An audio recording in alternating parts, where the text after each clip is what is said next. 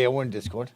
Yo, what the heck is going on, kind of funny best friends? It's your guys, Snowbike Mike and Andy Cortez, back again with your Monday catch-up with the Jabroni Boys podcast. Andy, how are you today? I'm doing fantastic, Mikey. How are you? I'm wonderful. We had dinner together last night. We did, yeah. It was really nice. We sure did. It was like one of those where I know, like, it was time to go. But, like, since they don't come and check on us at that restaurant, we just spent an extra 30 minutes together. Because we could have left. You could have maybe streamed or had an earlier night than it was. But there was just this moment of, like, I guess we're just living here now. There's not a whole lot of urgency on their end. And I wonder why that is. It was really nice, though. You know, it was, I'm so glad. I feel like it was, like, fate was beckoning me.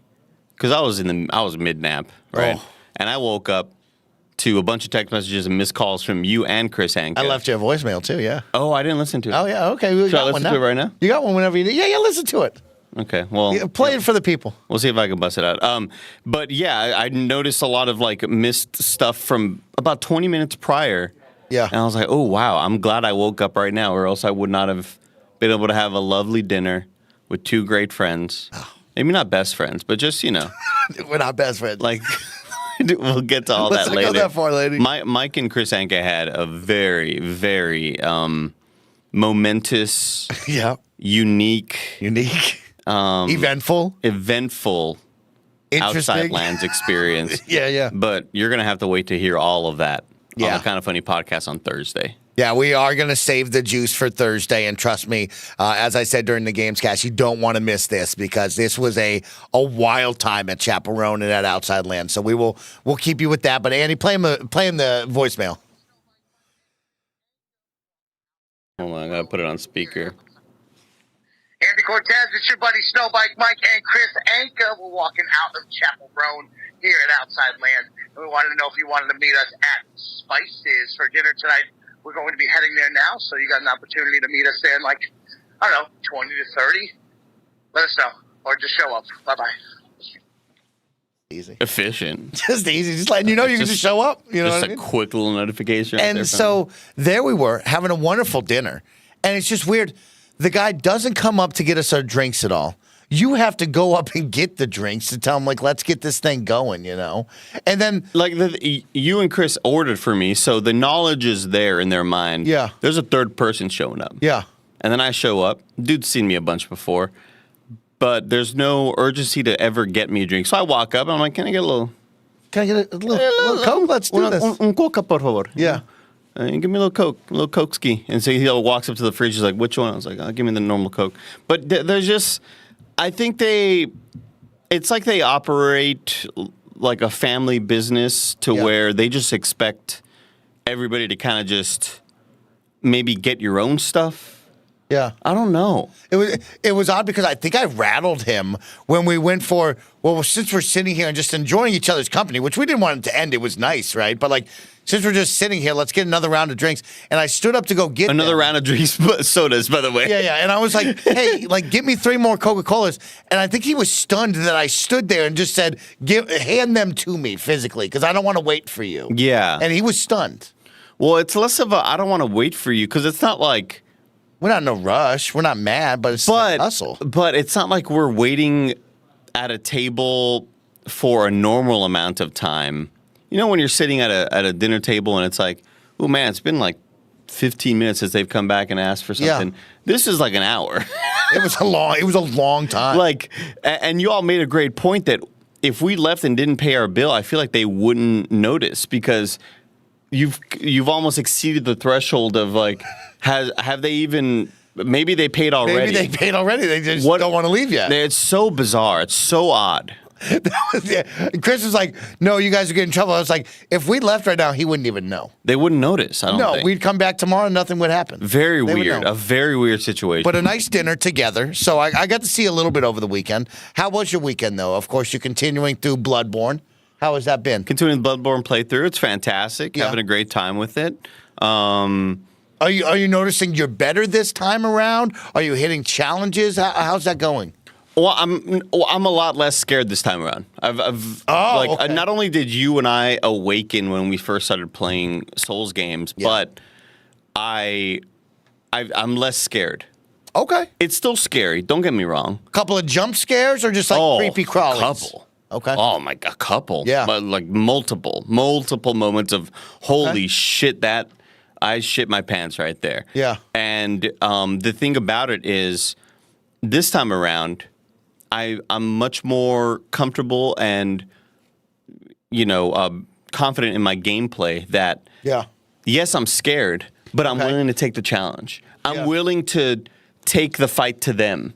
So now I am a lot more open to exploring. Okay. You play these Souls games, it's like the first time around in Bloodborne, I just wanted it to end. Yeah. I was so scared the first time around. Yeah. And now it's like, I want to see everything. Show me everything you got. Yeah, what you got in this one? And it's exciting because as much as I've forgotten about this game, and there's a lot. Like, it was 5 years ago, pretty much at this point, that I first played Bloodborne, and I have a terrible memory as it is. I forget shit that I played 2 years ago. You know what I mean? So this is like lifetimes ago in terms of gameplay and Andy's brain and how that operates. But I've forgotten so much. But there's the core memories here and there. There's the little things that like really left a mark. Mm-hmm. The stuff that like you'll never forget. Really, really kind of made an imprint up there. And there's plenty of stuff that I just have not experienced, which is really exciting. I like that little blend, little 50-50 It's a blend. great time. Okay. It's awesome to kind of see as much of it as possible. Yeah. I'm heading into for the next episode, I will be hopping into the optional boss section, which is something that took a lot of convincing for me to do the first time around. Okay. And this optional boss section, I remember probably the most fondly. Okay. Because you got a name for that? Canehurst Castle.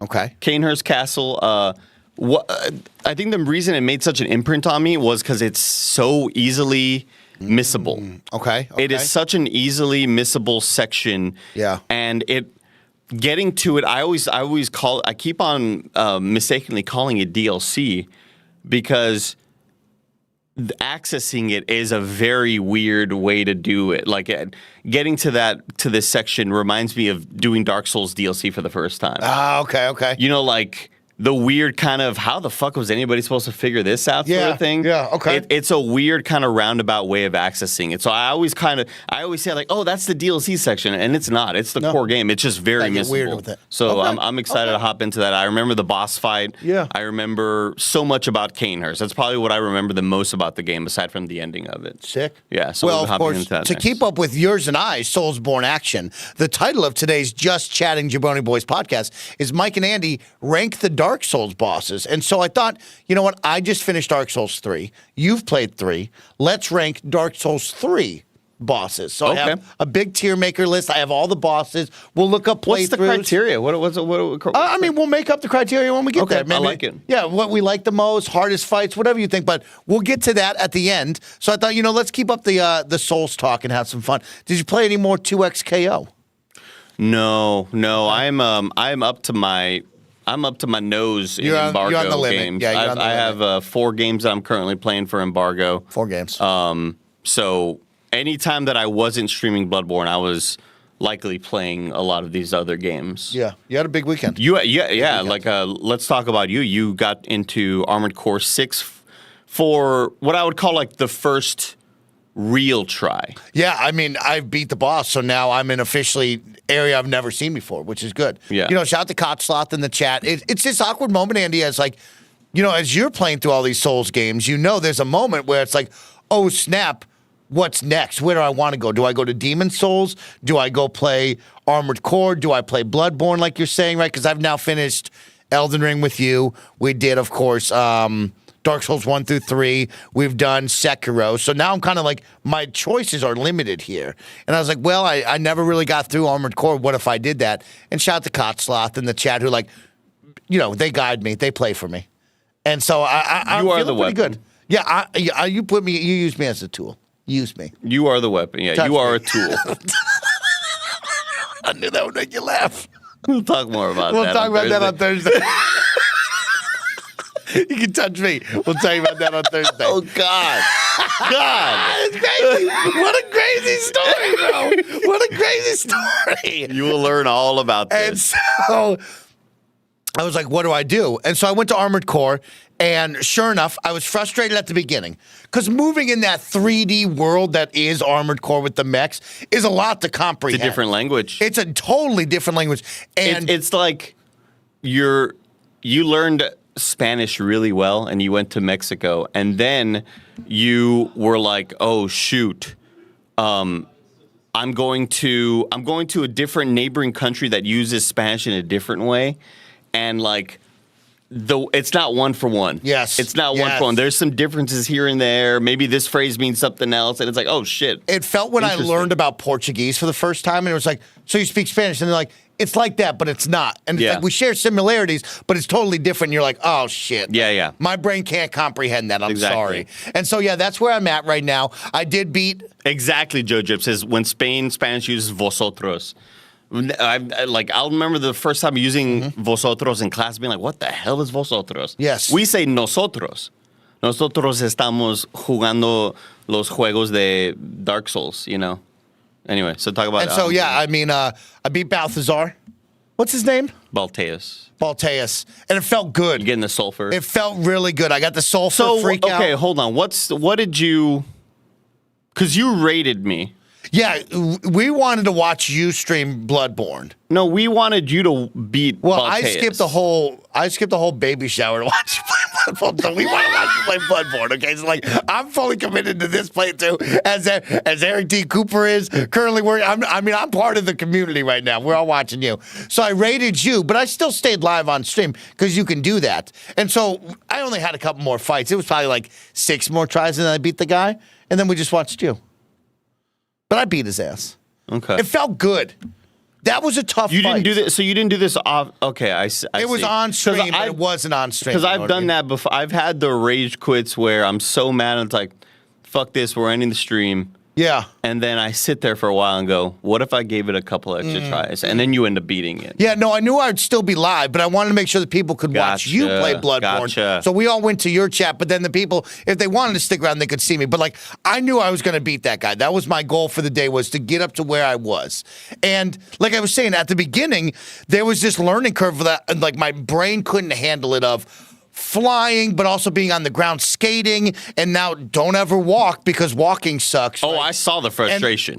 You saw me build those first 2 levels. I was like, I don't want to play this anymore. I was going to quit. I think everybody who knows Mike and who has watched Mike enough didn't need to talk to each other, but all thought the same thing of like, he's going to quit on this. Yeah. And there's not much, like, as soon as JD jokingly typed in the chat, all right, he's about to send the raid to Andy, we all felt it in the moment of like, This is too hard, and he's not enjoying it enough. No, and then it was like a combination of both things. The menus fucking burnt me out. You know, there's so many fucking menus, right? And it's like then they hit you with, well, customize your mech, and you knew me. I was smiling, going, fucking hell, I want to customize this shitty ass mech. Like fuck the mech. It just hurt. I mean, you found a way to have fun with it, but again, I keep on thinking of.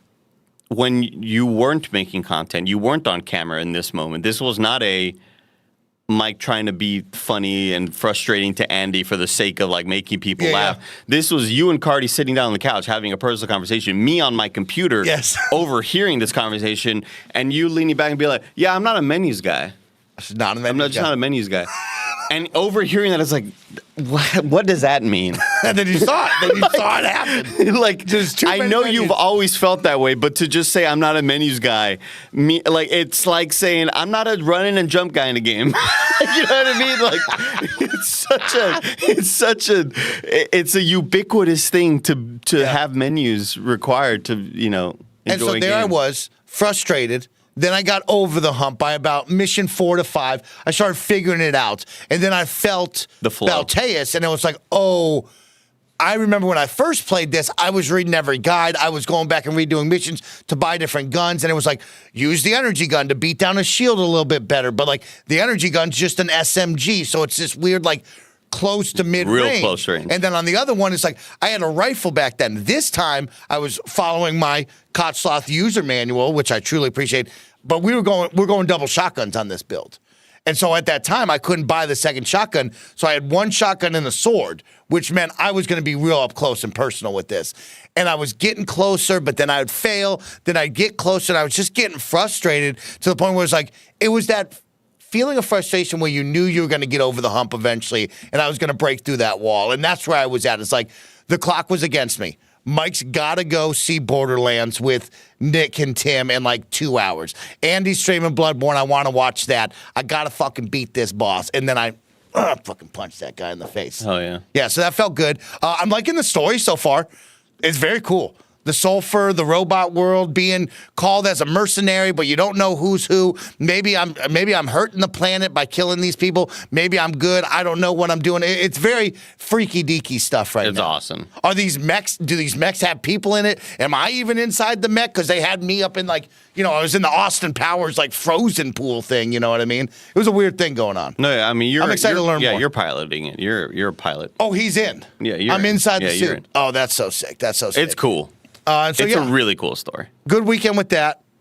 You missed me drawing up the maps. You saw the maps, but I had to show Nick how to play Call of Duty again. Again? Well, did he take like 5 years off? We're talking sight lines and we're talking positioning. It's like when you play sports, and coach brings you into the huddle and says, "This is the play I want you to run on the inbounds, Andy." Right? Like Mike's going to inbound the ball. Big Roger's going to set you the screen. You're going to come off the screen on a roll. I want you to be at the top of the key. He's going to hit you and you shoot, right? And so I was like, Nick, I need you to stand in the window, and here's the 7 sight lines I need you to look at. He is who he is. I need you to give me a telestrator. I need you to understand that there's an old dog who cannot learn many more tricks. And I'm trying to shove some tricks in there. And you got to understand the limits of what you're trying to get this old dog to do, Mike. I'm going to get him there, bro. I'm going to get him there. I don't know if you are. And so that was my weekend. It was tough, but it was fun. If I get him to Diamond, that's going to be a huge accomplishment for me and Chris. And the world and the community. If you and Chris get him to Diamond, you deserve some sort of big reward. That should be, celebrated. That is like taking a really, really low-ranked team and deep into the playoffs. I'm LeBron with the Cleveland Cavaliers the first You are the Steph Curry-Davidson team, You really are LeBron with Boobie Gibson. Exactly. That's what I'm doing right now. It's just a two-man Anderson game. Varejao. Big Z. Z's out there, bro. Yeah. Gauskis. Yeah. Andy, let's talk about some sports because the Olympics have wrapped up. Yeah. I bought my dope. Now, I bought this at Outside Lands. Yeah. $120. Holy fuck. But it's vintage. It's from 1996. I wish the USA was up here. I don't love it. Let's just say that. Why did you spend this much money on it? She was like, you can look at it in the mirror. And I didn't even look at the mirror. I just handed her the card. She said, swipe the card. Are you fucking kidding me? I looked at it, let the mirror, and then I swiped it. I was like, yeah. $120. The windbreaker, though. But I got a lot of feedback on it, but I love it. Don't love it at this time right now. Don't love it. I have a lot of issues, a lot of things I would change about it. A lot of thoughts. But it's vintage and it's $120. Yeah. Now tell me this, Mike. If that jacket was $29.99, yeah, would you still buy it? Only if I could have it in my hands right now. Okay. I think the purchasing thing for me is having it now. Instant gratification. Yeah, I don't like buying things online and then waiting for weeks for it to come or You days. do that all the time. I know. What the fuck? I have an order out right now. I don't even know where it's at. You know what I mean? Like, when will it show up? Who fucking knows? You bought your Wolverine sweater online. Yeah, that was that I needed that. needed that. There is no rhyme or reason. There is no rhythm to this. And so I'm Olympics out, Andy. And the Olympics have ended. It's Monday, the day after the closing ceremony of the Olympics. And I thought we'd look back on a couple of things and talk about it because I know you were watching the big men's basketball game. Oh, my goodness. We talked a little bit about it last week with Nick. Yeah, I want to talk about things. We're talking like a red zone situation, red zone Sunday, but it was for Saturday because I had Snowbike Mike dominating Balteus. Boom. Some say that Balteus was dominating him, but I think he was just keeping it close. Thank you. Other screen, the U.S. men's Olympic gold game. Gotta have it. Wemby on the other side, 20-year-old French phenom, 26 points. Come on. Dominating. Yeah. And on the other side, Steph Curry just the dagger after dagger after dagger. Couldn't miss. Good Lord, it was riveting, man. Poetry in motion. It was truly Great something stuff. special. Steph Curry finishes with 24 points, 8 3-pointers on that one. 8 of 15, I believe, right? Yeah, 8 3-pointers. Incredible stuff. They have the stat here from ESPN. Curry had over 60 points in the last 2 games, most by any U.S. men's basketball player at the Olympics. I mean, it was 12 points in about 2.5 minutes.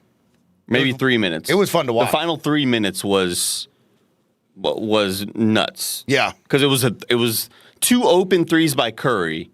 And you say open, but they were quick, right? Yeah. But it was really the final. It was the second to last one, or maybe the final one, where he had about 2 or 3 players draped all over him. And this shot was one of those that just hit the ceiling. It was so high up in the sky to get over all these defenders. Lobbing it. Good Lord, it was insane. It was really fun to watch. And, of course, they won. Steph Curry finally gets his gold, which was a big deal. And this was great. This was U.S. men's basketball. I mean, like you're like adding to the legacy of an already storied and illustrious career for Steph. Too bad Klay Insane, Thompson dude. did him dirty. What? No, he didn't. Too bad Klay Thompson did us dirty in the Bay. I want to ask you about LeBron, though. Okay. Because, like, we talk about how great this was, but there's, I have questions about LeBron at the end here. Okay. As much as I've loved LeBron, and I think he's one of the best and has been the best outside of the game as well, this Olympics, there was one moment where I wasn't too pleased with LeBron, and I think he could have handled this better. I don't know if you saw this. Leaving, he told the kid to back up. When Don't you need a headphone for this? No, you won't. Oh yeah, put it on because they're gonna say some weird stuff here. But let me set the scene for all of you. Of course, LeBron has just won gold. He is Can now. I mute you out. in Discord? Yeah, you can mute me. Go to Discord on yours Let me see. and mute it up. There Yeah, we yeah. go. There we Thank go. you, homie. And so let's set the scene. Let's watch this and let's talk about it. Was it after party or? Yeah, this is after they won. Kids asking for a photo. On another angle, LeBron says, back up, is what he tells him. Huh. And then?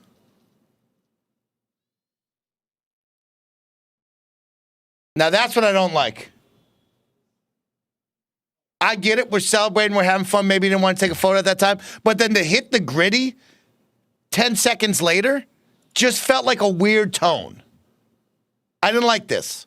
LeBron has been so great to the fans. He's been really good. I feel like this is a one chance this kid's ever going to see LeBron in his life. You just say, yeah, snap the photo, and then you can hit the gritty. I didn't like that we went so hard on the kid and then immediately started hitting the gritty on him. Yeah, I don't love that. It feels tonally weird. We don't like. It'd be one thing if he just kind of walked in and the video ended there. I'd be like, oh, he's going through something right now. Yeah. He's going through something. We don't know. We don't know what the conversations were in that car. Maybe he was like dealing with frustrations or whatever. Mm-hmm. Yeah, I don't love that. This was the one where I'm like, man, Brown, like this one didn't feel right, homie. You've been incredible all the time. This is the one where I've seen LeBron going, I don't like this. Just a quick little, bam.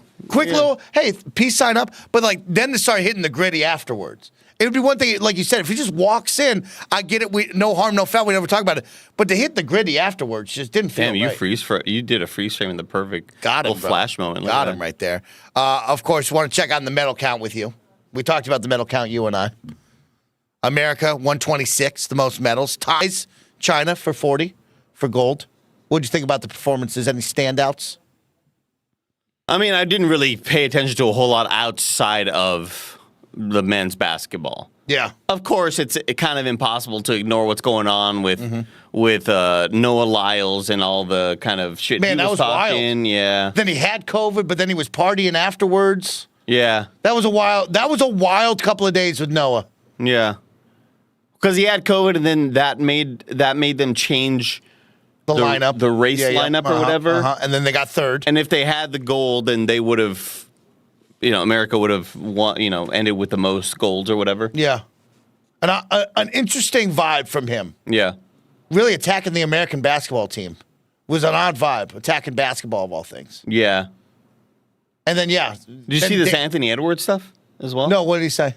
He was like, apparently there's this statement that went out from an interview of him saying, like, Adidas is inviting me to, Adidas invites me to this Anthony Edwards event. And I'm like, this guy's never won a ring. He's 20 years old. You're giving him 22 years old. You're giving him a shoe. Yeah. And he's like, and like, I'm a 6-time world champion, whatever. Like, it felt odd. I don't know why. It really just feels like sour grapes. Like, why am I not getting? And it's like, well, you're a track star, dog. Like, sorry. That the truth of it is every 4 years we care about track. The truth of it is, like, you're not Anthony Edwards.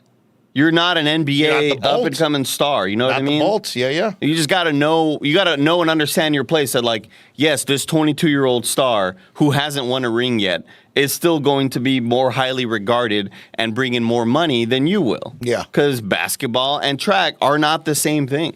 Didn't like that. Yeah. Weird vibe. Very odd. Thought for sure everybody would be coming together. Like, felt weird. Yeah, and then for I think the NBA basketball Twitter account to be like immediately tweeting at him afterwards. It's so odd. Yeah, it's like we're on the same fucking team, dog. A lot of weird blood on this one. What are we doing? A lot of weird blood. That one didn't feel good. Yeah, because he said, why do they use world champs? They're not the world champs. And then they won, and then USA Basketball was like, or the world champs now? And it's like, what are we doing? What are we doing? Yeah.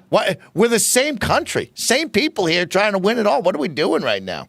Work together, y'all. Nothing like that. But you know what I did like?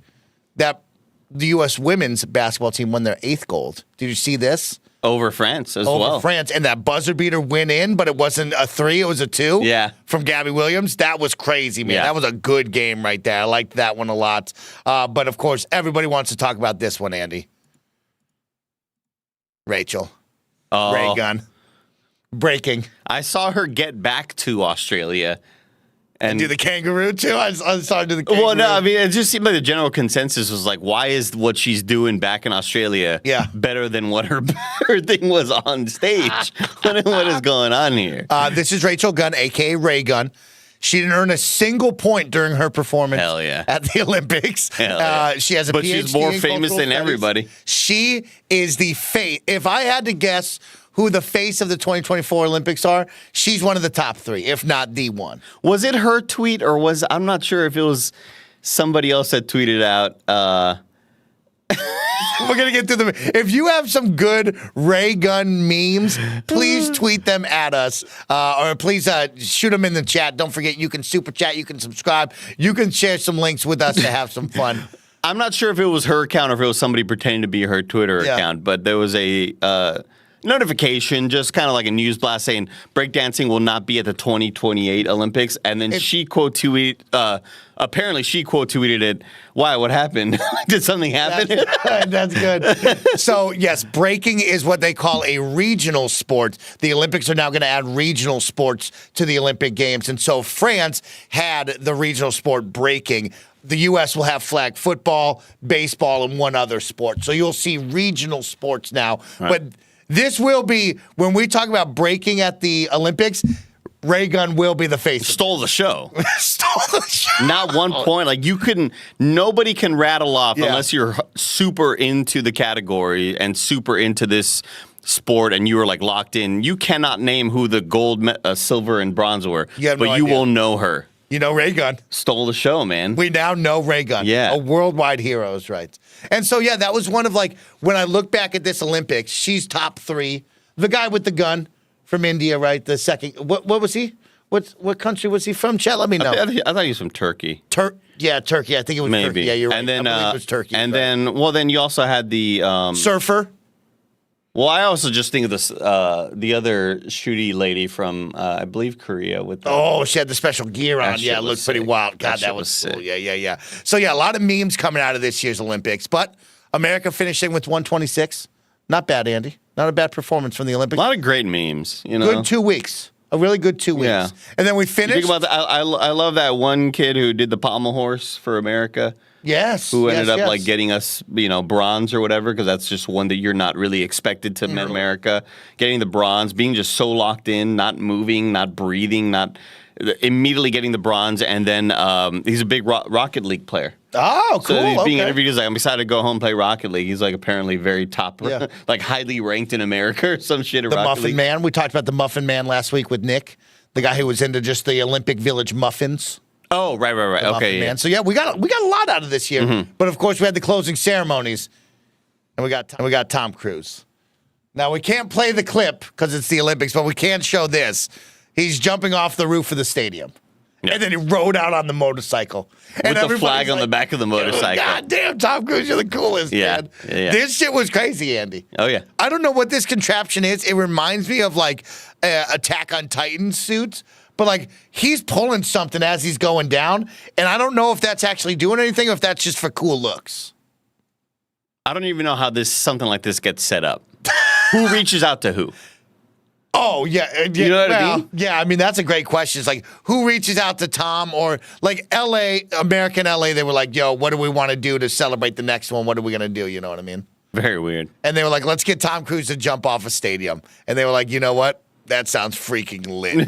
That sounds super lit. So, yeah, you got some fun stuff going on there. Any closing thoughts on the Olympics? No, it just felt like this time around it was a lot more celebrated than ones in the past. Oh, okay. Like just in terms of eyes on it, I know ratings were up as well. It just felt like there was more enthusiasm around it. I think it was better with the streaming service of the Cock. Yeah. The Cock really elevated their game. You had the Gold Zone with Scott Hansen and the other gentleman, so that was pretty lit. You know what I mean? Andrew Siciliano. That was cool. Good time, better timing of we wake up and they're 8 hours ahead of us, so you wake up 2 sports on, ready to go for a full day. That's nice, right? I think it just kind of worked in favor of us here in the States of having a really good experience. And now, you know, as we look forward to 2028, it's going to be in LA. They're going to build off of what they just did. It should be a really good time. I'm excited to see kind of what the setup's going to be. Because be very cool. Because I apparently there's like some sports that weren't available or some events that weren't available in France because they just didn't have the infrastructure or a stadium built for that certain event. You think hoops will be played at the new Clippers stadium then instead of the Crypt? I'm sure all that stuff has been decided already. I just don't know what the setup looks like. Well, they got a soccer stadium down there. They got 2 basketball stadiums. They got USC with the iconic stadium there. And what are they building to supplement? Yeah. You know, like, we know about the stuff that's already built there, but I'm excited to see, like, what are the sort of structures that they're making to... It's going to be cool. Yeah. It's going to be really cool. Did you watch any D23, Andy? No, I did not. Okay. You know, are you interested in D23? Yeah, of course. Any of the theme park stuff? Oh, I love some. theme park news. Shout out to IGN and our guy Adam Bankhurst. Who was there filling us all in. So we'll read through some of Adam Bankhurst stuff, but a lot was like Disneyland Parks had their big theme park stuff.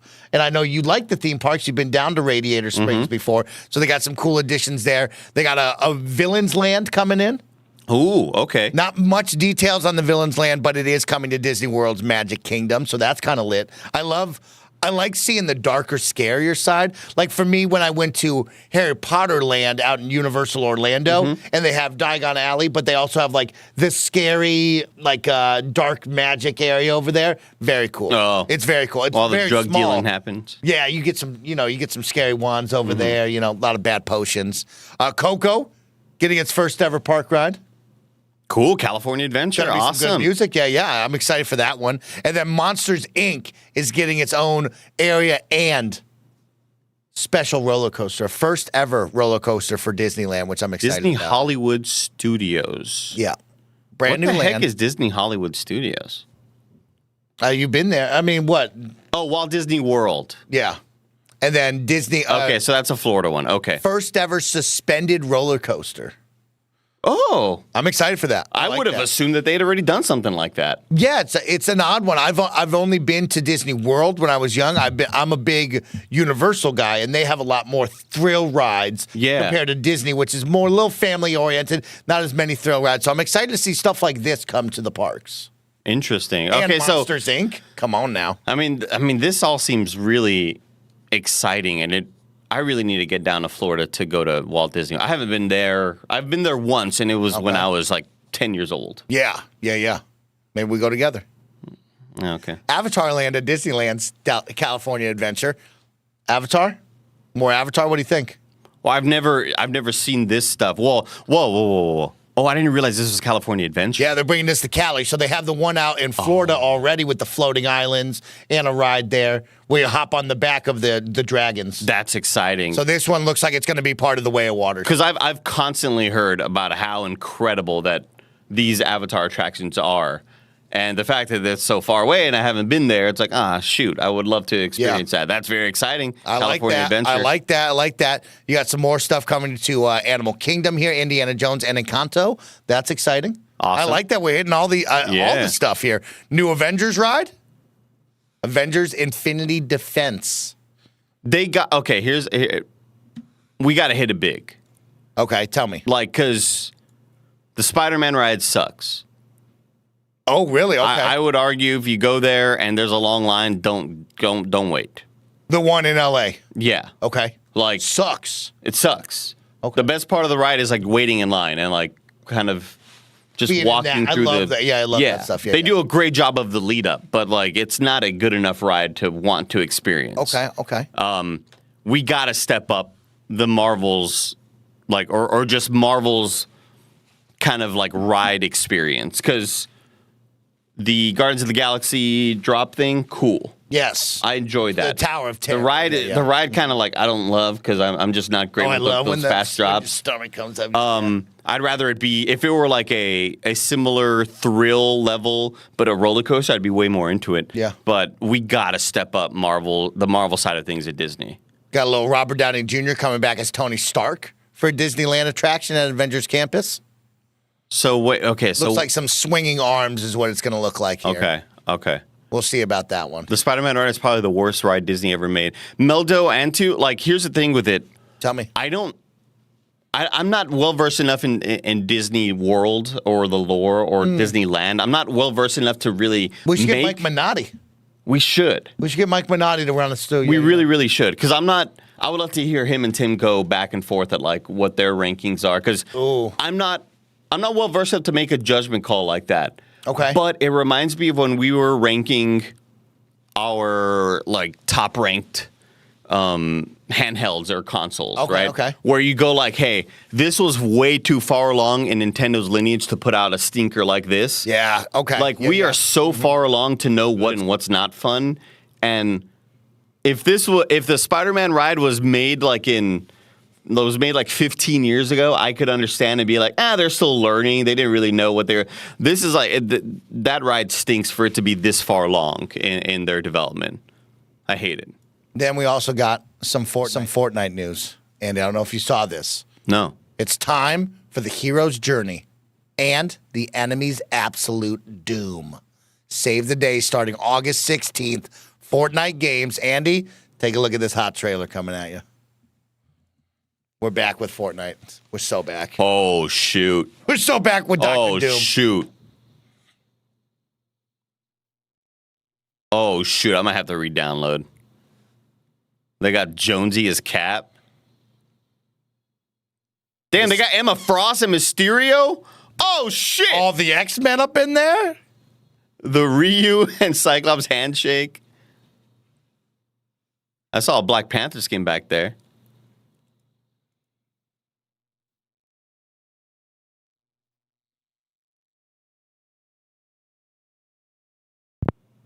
Super cool. Cyclops is in the store already? God dang. I gotta go make some. Oh, you gotta buy Cyclops right away, huh? It froze for me. I'm watching on your end. Okay, watch on my end. I'm fixing the sound for the people. Who is this?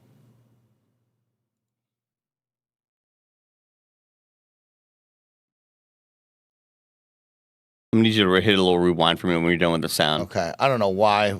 We gotta. Is there just a volume on the... No, I got to pick which wavelength it's going through. Gotcha. There we go. We'll just go through game. Make it easier. Hit a little rewind for me. Go about halfway. I'm going to get you halfway. There we go. Absolute doom. Here we go. Gonna keep watching on your... They got the cap shield. I like that. Kind of freezing for me. Okay, cool. The Black Panther stuff. Yeah, I love that. The claws. Who is this? Is that not like Oh, Emma Deadpool? Emma Gwenpool. Gwenpool, okay. Dude, Mysterio looks great. awesome. Look at this. Pelia's Wolverine. Wow, now? that's cool. Mysterio always looks cool. Yeah, he's got a cool colorway. I War like Machine.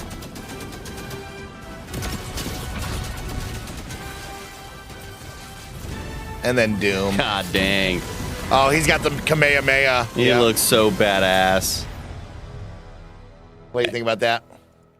I mean, it's kind of fascinating that they would have gotten this ready so quick after the announcement. Yeah. Like, you'd feel like this would be something they'd want to release in a year, leading up right into the movie. Okay, yeah. It's so fascinating. They're like, hey, Doom, this is our whole thing. It's like, yeah. And the core audience wouldn't have even known about Doom had it not been for this RDJ sort of announcement. True. Well, Childish Brandino does bring up a good point. It's like 80% of the things shown that's already been in the game, right? Like we've already experienced the Cap Shield's been in the game. That Doom Beam is just the Kamehameha that we've already done. So like it feels like we're just having another Marvel event, but now we just bring in more characters into the mix. Is what it feels like. That's cool. What about? Did you see?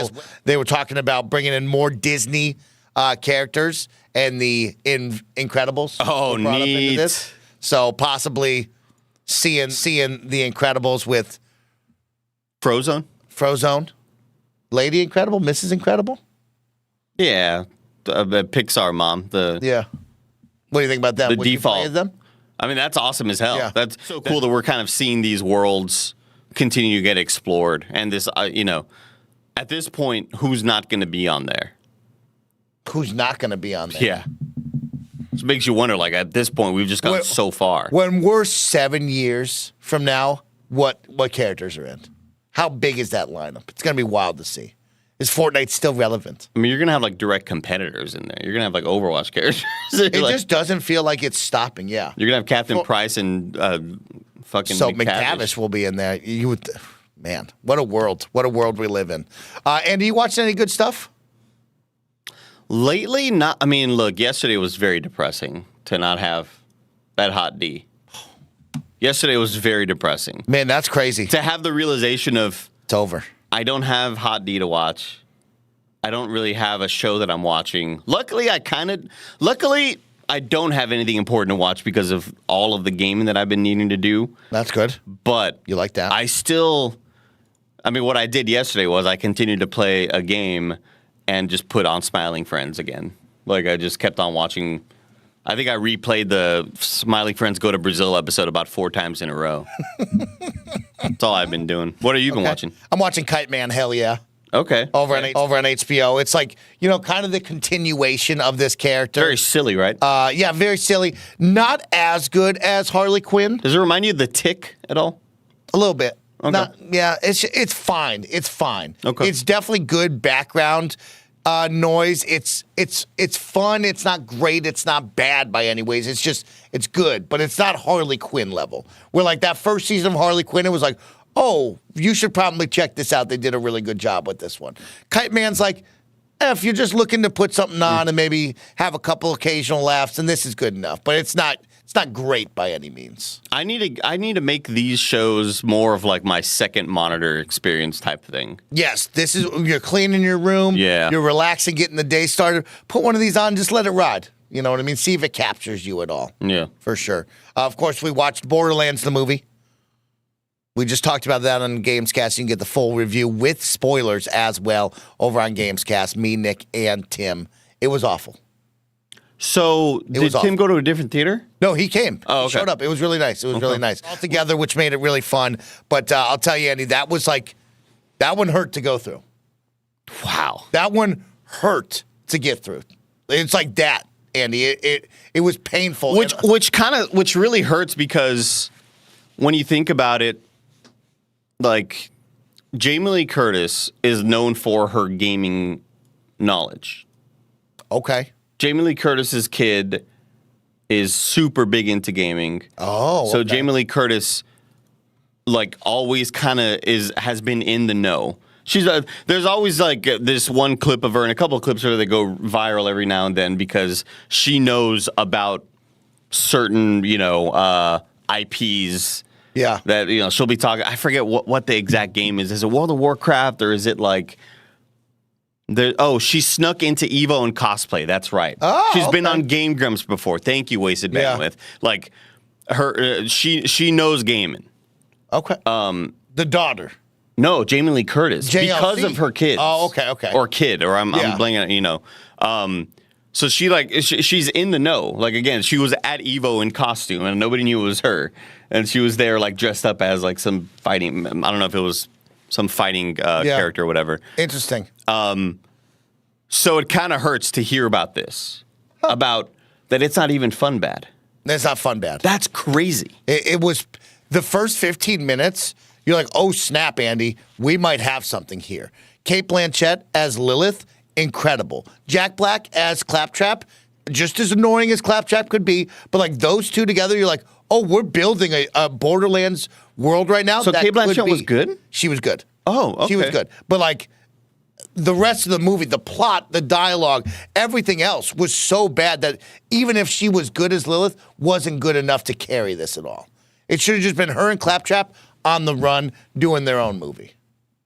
Because once we started adding in Kevin Hart, awful Kevin. Wow. I love Kevin. You know I'm the biggest Kevin stan. You will watch anything Kevin Hart is He in. didn't make me laugh once. I didn't laugh at one Kevin Hart joke. Fuck. He didn't even have jokes. Somebody in the chat earlier was like, they made Kevin Hart serious, and he was serious the whole time. No. It was crazy. It was crazy that they chose the route for Kevin. So this isn't even a Madam Web. You will laugh at how terrible this whole situation is. No, you won't. You didn't ever have a moment where you're like, what the fuck is this? You won't like. Oh, man, it's that bad. This is bad. It was a bad time, Andy. That is really, really unfortunate. We lived through it. We got through it together, though. Why is Mike experiencing the earthquake and Andy isn't? It's because Mike's hands are on the desk and he does. I like to rest my hands on the desk. Yeah. Because I like to get up in there. So, yeah, that's He's getting in there. Also, his hands are on the keyboard and mouse. Yeah, he's got to be. stuff. I got mine on the armrests. And so, yeah, Andy, don't watch that one. Don't even watch it when it comes out. Damn. I almost bought Despicable Me 4 last night. Why? Because, like, I'm always looking for something to watch before bed and, like, have something on while I sleep. I had some fucked up dreams last night. Can we talk about my dreams? Me too, Can we bro. talk about my dreams? Dude, I had some fucked up dreams. Yeah. And you know what it was from? Your Bloodborne. I blame you. What? So get this. You started fighting the snake fucking piles. Oh, remember the snake piles, man. dude? Dude, I had this fucking dream. I had the jump scares like crazy. Here's the deal, chat. I have been, my life was forever altered because of Leatherface, where I have to watch. I need stuff. I need light. I need sound in the background while I sleep. And so I've noticed in my life, I will start to get bad dreams when, like, Netflix will say, "Are you still there?" and it will stop playing anything, and, like, silence will happen, and I will mentally know that, and I'll start getting bad dreams till I wake up, press play, and then I'll be back to normal, right? So last night, I'm fucking dreaming. You ready for this? Snowbike Mike walking down the streets finds these baby puppies. But what's fucking happening? They're wrapped up in fucking baby snakes that have attached onto the back of their neck. Oh, man. And so now I am freaking out because I'm touching this snake, but trying to save the baby puppy. Yeah. And the snake is attached to the back of the baby puppy's neck while wrapped up. And I'm like grabbing its tail and like trying to whip it off the puppy. And I'm freaking out. The puppies are freaking. I'm freaking. And I'm trying to grab this scary white snake off the back of the puppy's neck. And I get one and I fucking whip it. And then I'm like, oh shit, it's going to come back because it knows where the puppies are. And sure shit, it starts slithering towards us. And I'm fighting this fucking snake, bro. Yeah. I have a snake nightmare once a week. Minimum. Where I'm in a room somewhere and I get and the whole floor is just snakes. I'm like having a kind of like, dude, once a week. I'm that bad with snakes. Holy shit. And I don't understand when people have arachnophobia. Yeah. But I understand that, like, you get it. I have the same way. I'm the same way with snakes. Yeah. So when there's some people, like my sister-in-law, cannot see an image of a spider. Oh. Will like physically like want to die. Oh shit. And dog, I'm that way with snakes. Yeah. Last night I had some fucked up dreams as well. Like in a movie theater, like, and then suddenly I'm in the movie and it's a Marvel movie, and then actually it wasn't that fucked up because there was like some weird Easter eggs at the end of the Marvel movie, and they were teasing like. Weird. I don't know. Maybe it wasn't that fucked up, but it was very vivid, Mike. Zombies and shit. I like a good vivid dream when it's a good vivid dream. I was telling Tim one the other day. Get this, Mike. And you know what started? I saw a video of it There's a couple on the beach, and they see a meteor flying over. Okay. And it like lights up the sky, right? Beautiful. And they're like, holy shit, the fucking meteor. So in my dream, meteor's flying, crashes into the water, and then everybody's like, oh shit, that was crazy. Like it just hit the water. It's like a smaller thing. But then all these like rings of like hands start coming out of the water.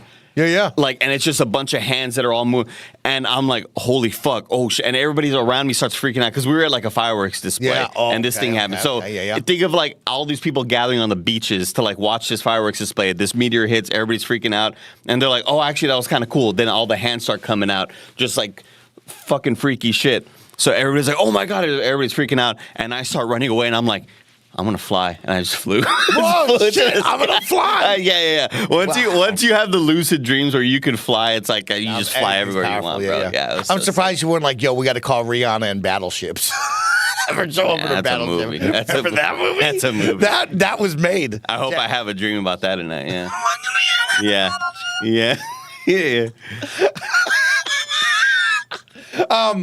Andy, I want to talk Dark Souls with you since we're on the topic of Bloodborne. You're playing through that. But we're going to rank the Dark Souls 3 bosses right after a word from our sponsors. Hit that little ad. This episode is brought to you by Monster Hunter Now. There's never been a better time to jump in and play Monster Hunter Now. The game allows you to embark on a global quest in the real world to track down and hunt monsters from the Monster Hunter universe with your friends. For a limited time, earn a powerful Mr. Beast sword and shield, the perfect starter weapon for new hunters via the Mr. Beast quest line. Check this out. Wait. Late for work. Then Monster Hunter Now. Boring date. Then Monster Hunters Now. Then now. Then no. Then no. Then not now. Then now. Oh shit, we might be live. Might have cut that ad in the middle of it. We're live again. This episode is brought to you by Monster Hunter Now. There's never been a better time to jump in and play Monster Hunter Now. The game allows you to embark on a global quest in the real world to track down and hunt monsters from the Monster Hunter universe with your friends. For a limited time, earn a powerful Mr. Beast sword and shield, the perfect starter weapon for new hunters via the Mr. Beast quest line. Check this out. Wait. Late for work. Then Monster Hunter Now. Boring date. Then Monster Hunters Now. Then now. Then no. Then no. Then not now. Then now.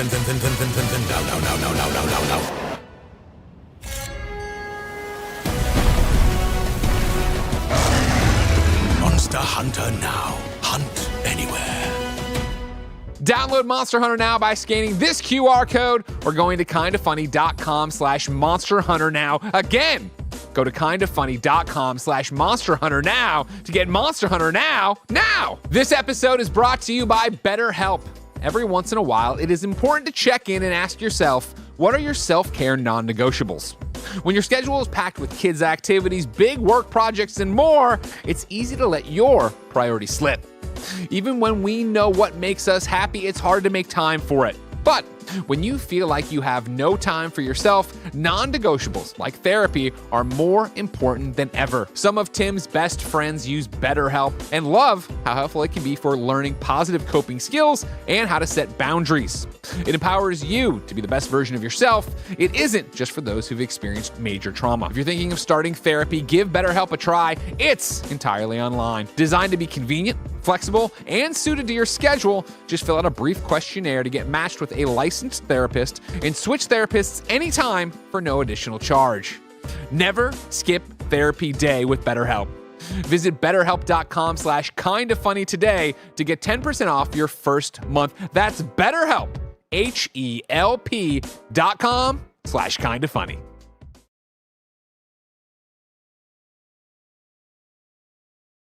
Both are visible. Or like you click into each one of them. So like you can just drag this big window to the far right. Okay. Let me cook up. Say hi to the people. Hey guys, we're back. telling Mike how to just kind of situate. So you want the rankings on the left and then this on the right? Yeah. Or this on the left? Yeah. But then you can also we can have you kind of like There you go, cook it up.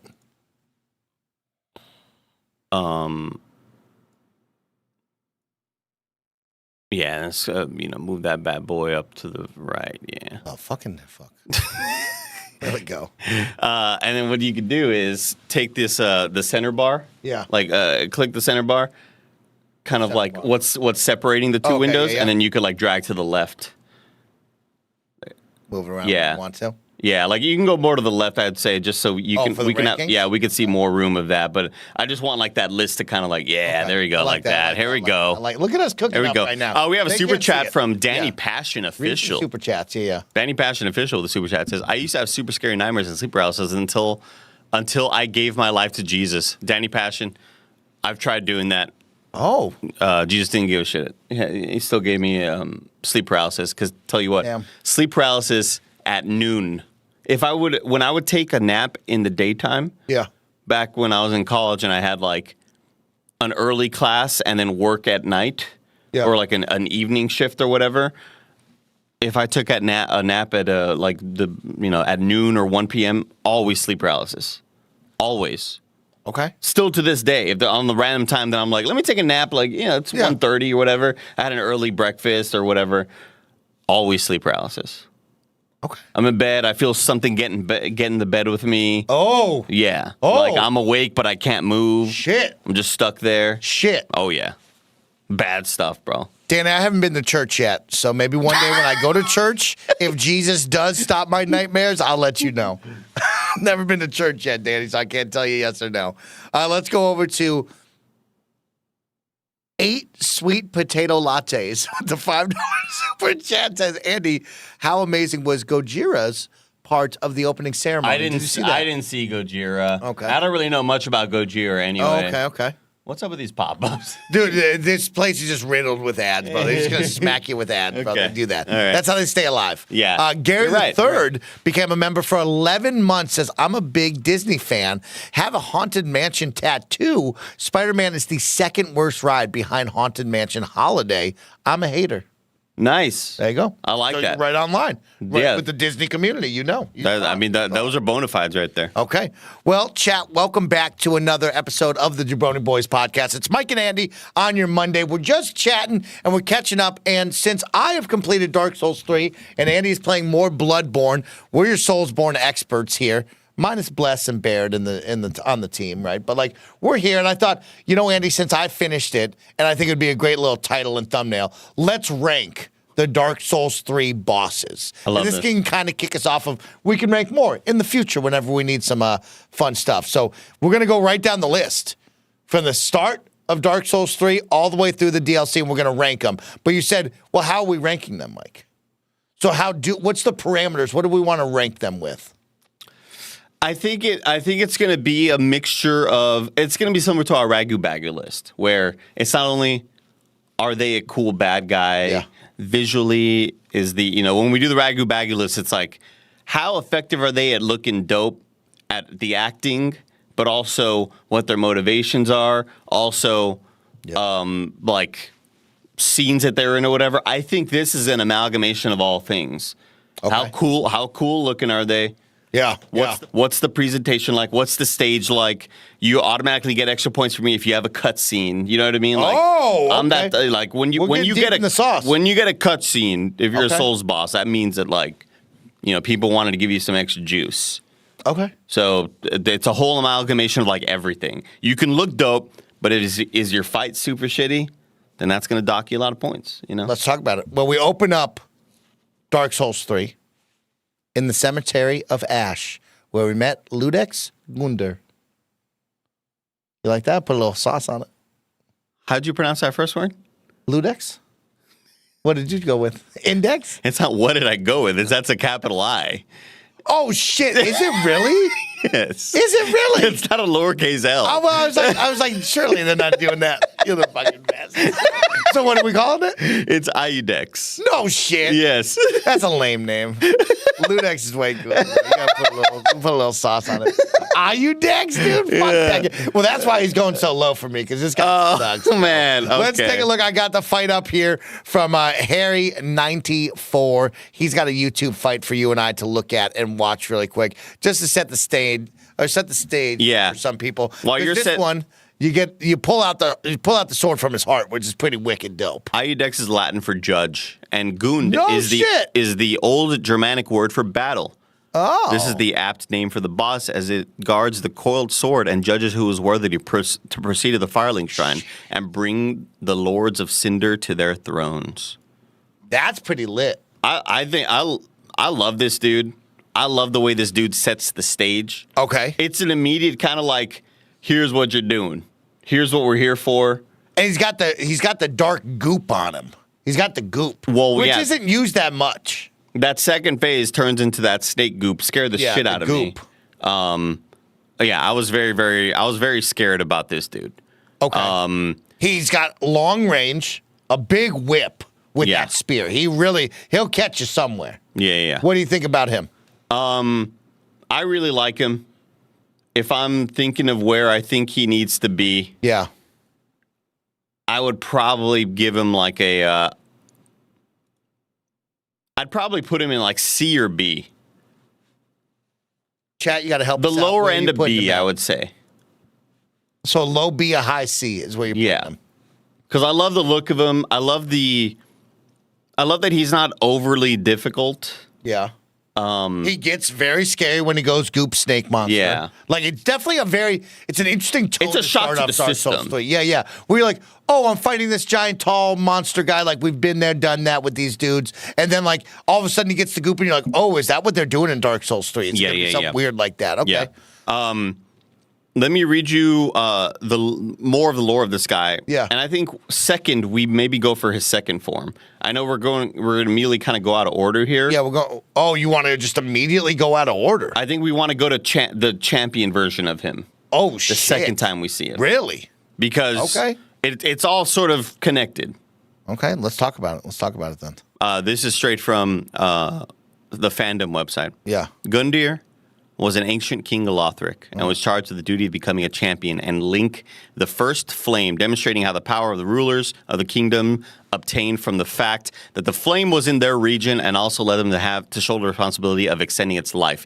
Champion Gundyr received an iron halberd with the power to break poise and to never crumble, and was sent to the Firelink Shrine to do his duty. However, someone had different plans for him, and the king himself found restrained by a chain that blocked him in the path, leading him to fall into an abyss and get lost at the fold of time. Gundyr found himself in a moment of time when the Firelink Shrine had no fire and ended up arriving late for the celebrations that awaited his fate. So this is like all after the fact. This is like when you see him the second time.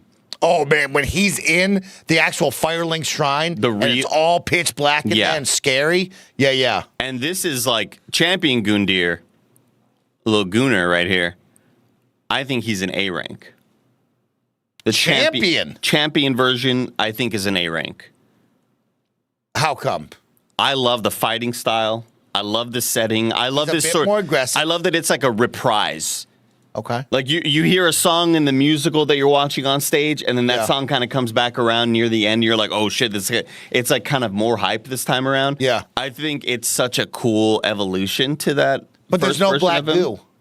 There's no black goo, but goo. His fighting style also just reminds me of fighting like Horalu in Elden Ring, and I just love that this is kind of like the template for that. For having this, he fights like Zangief. He reminds me of like a Street Fighter character, big brawler. The melee felt like there was like a lot of like elbow drops and like elbow. I don't know. I just love the vibe of him. I thought he was cool as shit. Okay, so you're gonna go with the first one, and also like I first tried him, so it just felt even cooler. Low B, but you're putting the champion at A. I think champion at A. Chat. We'll give you a couple moments. I love the fighting Agree style. with him? Do you agree with Andy so far with this one? This is our official kind of funny rankings of Dark Souls 3 bosses. I'm seeing agree. I mean, maybe we should also get a little like. You want to put a little poll up? You got a little poll? I don't know how to do that. I don't think I'm locked in. I don't think I'm logged in over here. Okay. Let me see. I got it. He's the real version of the fight, not the tutorial version. I just love the fighting style. Is what I love the most about it. Hey, Distance, thanks for the raid. Iudex is a C, says No Way Josue. I could see Iudex being a high C, low B. And that's like, and that sounds more negative. I don't know. What do you think? I think he's a C. I think he's basic. I think he's fine. The first guy. Yeah, the first guy. You know, the black goo is scary, and the black goo is tough. So, you know what? He's a B. He's a B. The champion version of him, it's interesting you go A. I would put them both at B. I just level out at B. Interesting. People are agreeing with you with an A. So we're gonna go champion A. We're gonna put first form B. How's that sound to you? This is just Dark Souls 3, Seb. I'm great with that. Okay. I'm great with that. Let's go to our next one. Oh man, dude, the big guy, dude.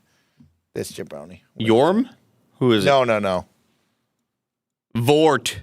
Vort. I fucking love Vort. Can I just say I love Vort? On all fours, scurrying around, big booty. I freaking love Vort. And I know that he's not like the most challenging boss. Yeah. I love Vort. I think he's got a cool fighting style. I like the ice. Love all the ice. Like the freezing. Drops a cool weapon. Okay.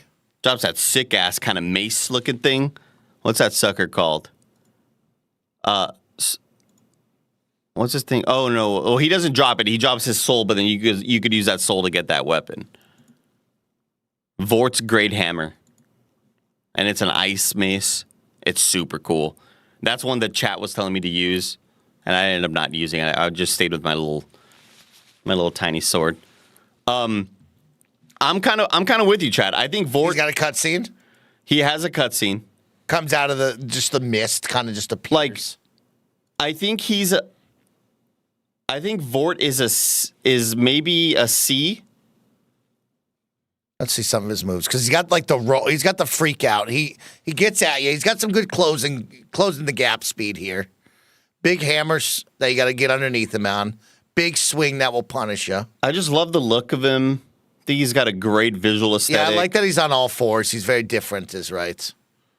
He's like half man, half beast. Yeah, half man, half amazing, Vince Carter. Oh, man, shout to the VC. bro. It's right.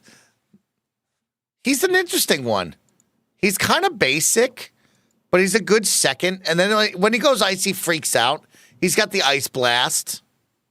This guy's just working him. I think he is kind of, like, I agree with you. I think he is kind of basic, but all of this sounds like more negative than it really is. Because I like him a lot, but I like him as a C rank. A C rank? Yeah. Okay, I like that. I like a C rank. I can agree with you on the C rank. I like that. If I got voted against and it went B. I was going to go with a basic B, but I think he's a C. He's just basic. Are you guys grading soundtrack? I don't remember a whole lot of the soundtracks. We can play the soundtracks. Play it. Play it. 1 sec. That'll affect it. That'll be one thing that kind of goes into it. Let me get in my sauce. 1 sec. He's getting into the sauce right now, Chad. Let me get it for you. I'm looking for more Vort lore. Lort. Because I'm seeing just a lot of strats on him. Can you hear this? Oh, yeah. This is Vort.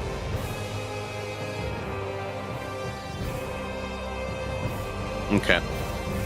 Let me give you. This is good.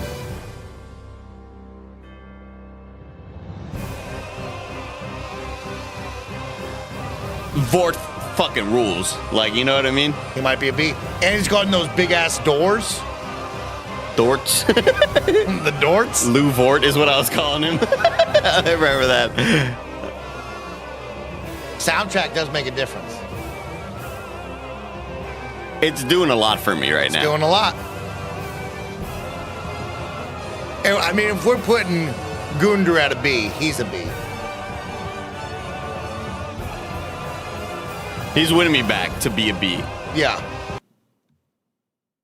I got to get logged in here because I really want to do Like if chat was the tiebreaker for us. You got to log in. Yeah. You want me to give you the info here? No, hold on. Let me see. Oh, you know what? I am logged in here. But You logged in? I think I'm going to have to I'm going to have to ignore YouTube, and I'm so sorry, YouTube chat, because it's just a lot of polls to have to worry about. Too many polls. So we're gonna be doing the polls on Twitch. All right, polls will be on Twitch too. And I mostly because I know how to do that. I'm putting him up to a B, but we can let chat decide as well. Put up the poll. Andy's in charge of polls. I'm in charge of your videos, your sound, and your rankings here. That song really kicked ass. Song was good. Song was very good. Give him 1 minute. Everybody gets a minute. We're not dilly-dallying, chat. Put your votes what's in. the war gonna be? Put your votes in. Put your votes in. He's like a BC area. I think so, He's too. a BC window. He's not great, but he's not bad, but he's not special. You only remember him because he's the second boss and he's running around on all fours whacking you with If he ended up being a high C, I'd be totally fine with it. High C. Okay. Let's see what the Because chat I just says. love the look of it, and again, getting a cutscene is really cool. Yeah, but it's such a basic cutscene. It's not an interesting cutscene. He just appears out of blue mist. You're not wrong. You know You're what I not mean? wrong about that. We gotta also judge the cutscene for what it's worth. It's not a crazy cutscene here. He just kind of shows up out of the mist. Let me open up the fandom website for the Dark Souls 3 bosses because I liked having the lore for. I like when you read the lore of Gunda. Ludex. Ludex. Really thought I fucking had that one. Like, why would they lowercase the L there? Phantom's on some bullshit, bro. He's a distant descendant of the ancient gods, is Vort. Okay. And as such, he was among the Irithilians. Because I had the sword of Irithil. They are hybrids between the race of gods of Anor Londo and humans who inhabit the Irithil of the Boreal Valley, the city built for them on the ruins of Anor Londo. After Sullivan, remember Sullivan can't go left. After Sullivan imprisoned Dark Sun Gwendolyn, proclaimed himself pontiff, and assumed control of the city, he was ordered to serve under the tyrant as a Boreal Outrider Knight. Oh. That was the equivalent to being exiled. So they were like, get the fuck out of here, dog. You're getting exiled out of here. See ya. That's why you find him in a weird spot. That's Who? why he's not Vort. That's why Vort isn't in Irithil, the ice place. Yeah, Vort's been cast out. Yeah, he's been cast definitely out. been cast out. Pretty sick. After Prince Lothric refused to link the First Flame and his kingdom fell to ruin due to various internal problems, Vort was thus sent to Lothric together with the division of the Boreal Outrider Knights and with the orders to keep a watchful eye over the Dancer of the Boreal Valley, which is another boss we'll talk about later. Yep. Here, he positioned himself to guard the main gate inside the city. Like the other Outrider Knights, he would end up transformed into a frenzied beast by the rings of Pontiff, causing his armor to be fused with his hide. Damn, his armor got fused into his skin. Damn, that's nuts. wild, bro. That's a good one. It looks like He's got a great lore. It looks like the poll is B for Vort. B for Vort. B for Vort. Well, guess what? We're going to use that B. And we'll be using the it'll only be if me and Mike are kind of like really. But we want to hear from chat. We want to hear from you. Yeah. We want to hear from you. Let's go to our next one, man. The Undead Settlement. Curse Rotted Greatwood. Curse Rotted Greatwood. I don't love this one. What an interesting one. Hitting the balls, the puss balls. This falls into when we talked about it, you and I, of these interesting gimmicky fights that Dark Souls 3 seems to have. Like, there's a lot of these.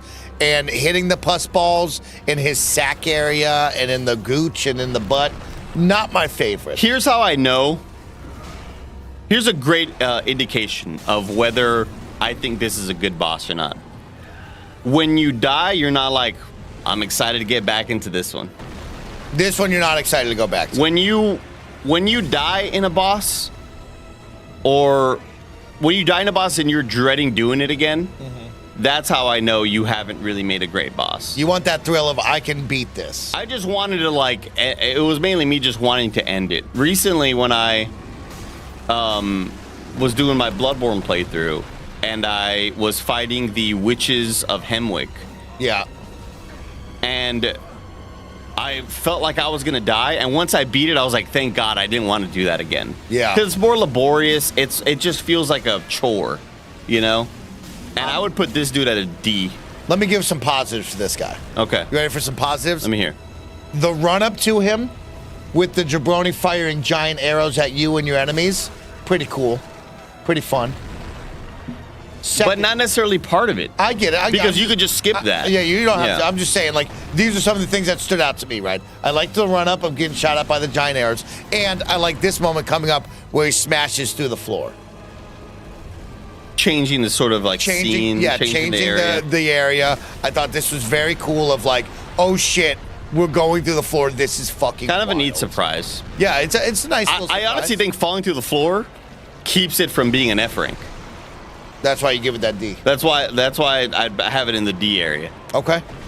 I think if there wasn't that change, it'd be an easy F for me. But that was a neat enough of a surprise to be like, oh shit. And it took me a couple, like 3 or 4 tries. Yeah. And I liked it less and less. Curse, rotted, great. That's a D. Is getting a D from Mike and Andy. I can agree with that, Andy. Yeah. Cortez, I can agree with that. We don't need a poll there. No, I think the chat will agree with us on that. Yeah. Let's go up next. Heading up to the Road of Sacrifices, you encounter the Crystal Sage. First little touch of magic in the game, which I love seeing some magic. This was one of those weird ones that you kind of you didn't know you were in a boss fight until you're in it. Yeah, you don't know. Very you forgettable. see it at first and you're like, what's going on? And then all of a sudden it becomes multiple Crystal Sages. And you're like, oh, I guess we're just fighting here. And another... Unfun, I would say. Unfun, gimmicky boss fight. Go find the real one. It's like... This would be a D for me. Okay. I'm looking at D, yeah. Not its strongest. No, not at all. Because you encounter it again in the library. That's right. But it's not like a true boss fight like this. Maybe, yeah. Maybe a little bit, but not like this where it's like, oh, it's on and popping, right? Yeah. This was another one of those ones that I didn't want to beat it or I wanted to beat it my first try because I didn't want to have to just go through it again. Imagine losing on this on the first try. You'd have to go do this again. Yeah, I mean, I definitely lost the first try. Because I think they hit you pretty hard if they are able to hit you. I remember being like, what the fuck? Where did that damage come from? Yeah. Just kind of unfun. This is like an F or a D to me. I appreciate seeing the magic. I love this magic orb ball that she's got. Like, the design of the character is pretty cool. I like the design. It looks cool visually. You're right. The way the fabric moves and everything. When you come out of the ground, the arena isn't all that too special. It's got this weird upstairs that you can run up to, which is odd. You know what I mean? It's just not a good boss fight in any way, shape, or form. Yeah, this would be an F or a D to me. This is an F. I would rather fight the giant tree than this one. I'm gonna put it up on the poll. Put it up on the poll. Is this a D or an F? What's this idiot called? Crystal Sage. Crystal Sage. D or F? I'm only putting 2 choices right there. D or F, chat. D or F. Let us know.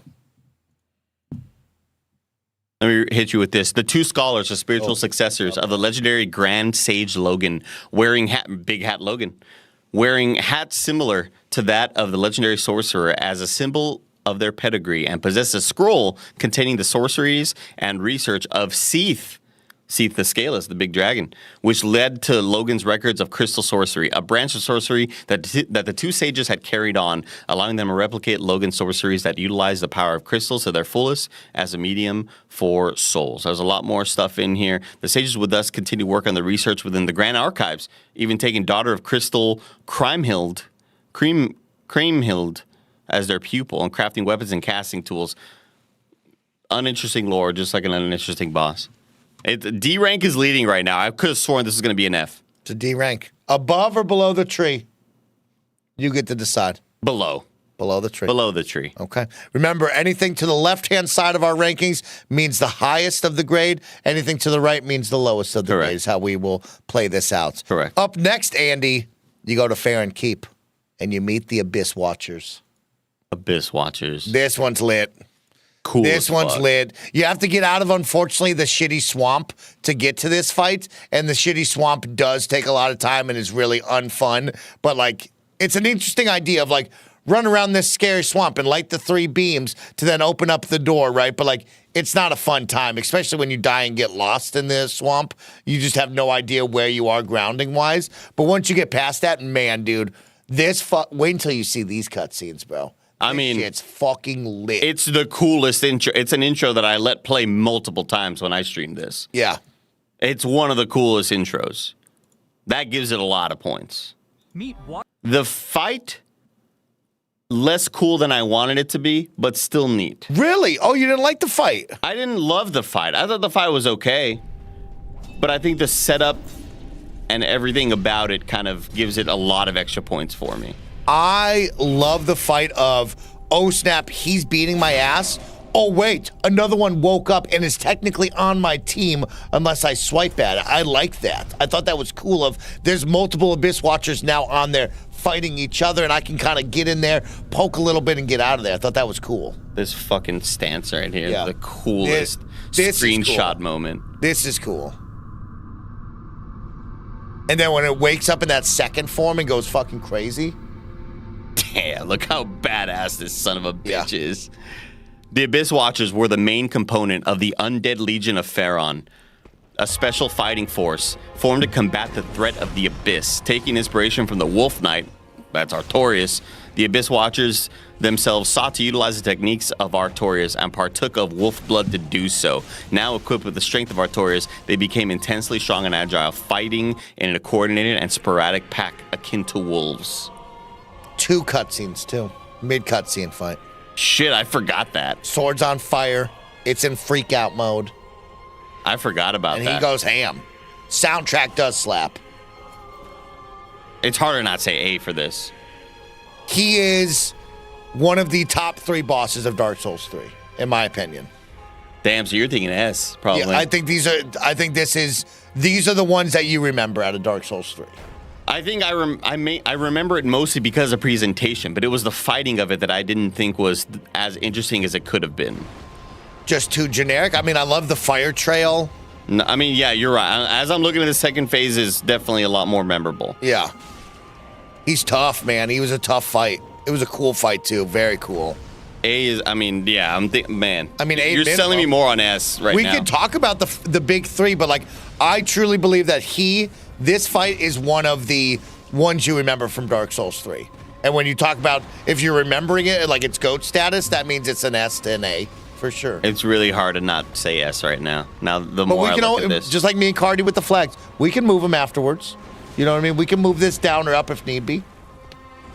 How about we stick them at an A and see who's better than this? I'm looking what chat's saying. A lot of Chat, S. what do we think? Chat. A lot of here. Let me put up a poll. Put up a poll. Remember, we can always move. We can always move people accordingly. How many S's are we giving out, Andy? Well, that's the thing. Is S only a 1? You want S to be special. You know? Yeah, S is special. S has got to be special. Polls up. Put up the poll. You were selling it more and more for me. It was special because you also battled out of a shitty area in the swamp. Then to be rewarded with that felt so good. Of like getting there, you're like, oh shit, that's so awesome that I made it to this. All these ads playing. I know, dude. I just got to log in on mine since I pay for YouTube Premium. What are they saying? What do we got on the chats? Give me the poll. Give me some love. What do they got? S is running away with it. 21S. And honestly, I'm more than happy It's special. to be outvoted. I agree. The Abyss Watchers is Put it special in for S. Dark Souls 3. We'll reevaluate, but S is it. S it is. All right, up next, Andy, you go to Cathedral of the Deep, and you meet the Deacons of the Deep. F Another gimmicky boss fight, for Andy. fucking shit. Another. Unfortunately, I think it's cool when I first saw it of like, holy shit, look at all these guys on the screen. And then the realization of, oh, my goal is just to hack and slash through them to get to the one jabroni with his eyes lit up is all that matters in this fight. I despised this fight because the area surrounding it, very punishing. if you're not the most patient possible. Okay. You're getting hit from all sort of angles. The run up to it's a very hard area to be in. Okay. To have Cathedral of the Deep itself. To have it end with this was so disappointing. Yeah. Like I wanted the most sick boss is fight this the to end scary all of prison this. and stuff like that? The crazy jail cells and working your way through that? Chat, let me know with this crazy baby face monster. Yeah, found in the innermost chamber of the found in the innermost cathedral or chamber of the cathedral of the deep. Jesus Christ. I just remember being extremely frustrated with this whole zone, and then getting here, I was like, "You're not even going to reward me with a cool boss fight. Not even a. I'm not even asking for a cool boss fight. Maybe just something B rank." This one sucked. This is such a disappointment. This is F for me. I hate this. I hate this boss. Are we agreeing on an F, everybody? Are we agreeing on an F? F is tough. F is the bottom. You're saying Crystal Sage and Curse Rotted Greatwood are better fights than this. Yeah, we need to have an F rank. We need to let Then this is going to be the F rank. Okay. Deacons of the Deep going on to the F rank. I hate it. What a big area! What a big box to be in, and nothing going around on the other 3/3 of this. Right, like it's just a giant box with all the enemies up at the front of the box, and then behind the box, there's nothing going on. Yeah, you just run around, maybe get yourself a little breath, and then you come back, and they're just all there. Very disappointing. Okay, well, we leave the Cathedral of the Deep, and we go to the Catacombs. Andy, that's where we meet High Lord Wolrin. High Lord Wolnir. Wolnir. Oh. You just gotta Wolnir. You're very dyslexic. Yeah, maybe. Like so am I, but you are very dyslexic. Maybe. To think that the R came before the N there is shocking. Let's put a little touch. Wolrin. Put a little touch on it. No, the N is first. Put a little touch on it. Put a little touch. Wolnir. This guy sucks, dude. This is a bad fight. I love the presentation of it. Yeah. Not fun to do. It's just too easy. It's so basic. What are we doing? He looks so cool. This is one of the coolest boss fights in the whole entire game. The giant skeleton mummy coming out of nowhere, pounding the ground that's all around you, these giant glowing bracelets, and then to be like, oh, you just hack and slash. You get a cutscene also. Over? Like you're giving him a cutscene. You know what I mean? This one was like, this was a frustrating one, unfortunately. Once upon a time, here, let me do the Vati video. Yeah, give it to him. Once upon a time, each of the rightful lords of Karthus were bestowed crowns judiciously until Wolnir brought them to all their knees and conquered most kingdoms known to their people. Thus, the crowns of Karthus became one, and Wolnir, the one High Lord. Wolnir eventually succumbed to the abyss, and in falling, was gripped by a fear of true darkness. So he pleaded to the gods for the first time. He found some semblance of comfort from a holy sword and 3 armlets stripped from the corpses of clerics. Wolnir sentenced countless souls to gruesome deaths, keen to outlive them all. But we'll get to that later. Oh my First, God. let's talk about Display. On sponsor, we have a new hoodie for sale. And the start of that where it's pitch black and you don't even see him, and then he comes out of nowhere. Really with the light, freaky. And then the dumb smoke of like getting caught up in smoke you can barely tell is like what's going on here. That sucked. This was a bad fight. This is a C to me. A C. This is a C only because of the visual. Okay. You get the cutscene. You get all the visual presentation points for me. The doing of it way less fun, obviously. Wolnir. This is either a C to me. If somebody said D, I wouldn't be mad, but I would put this C. This is the highest of the Ds. The presentation makes it a C in my mind. I think it's the highest of the Ds. It's just a really lackluster fight. Let's put it up to the poll. A lot of disagreements in the Twitch chat. I'm thinking highest of the Ds. Andy's thinking lowest of the Cs, y'all. Let us know. Wolnir.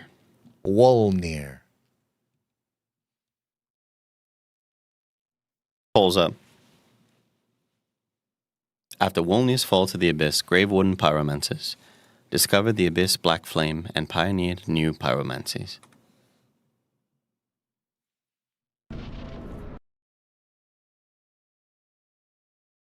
What a cool looking boss. D kind of running away with it. Okay. 9 to 16. -16. Let the votes come in. People we vote still have up. 30 vote seconds. Up. We got moments. We got time. Got 30 seconds. It's a high D. Wolnir. So cool looking. Very cool. What a cool looking boss.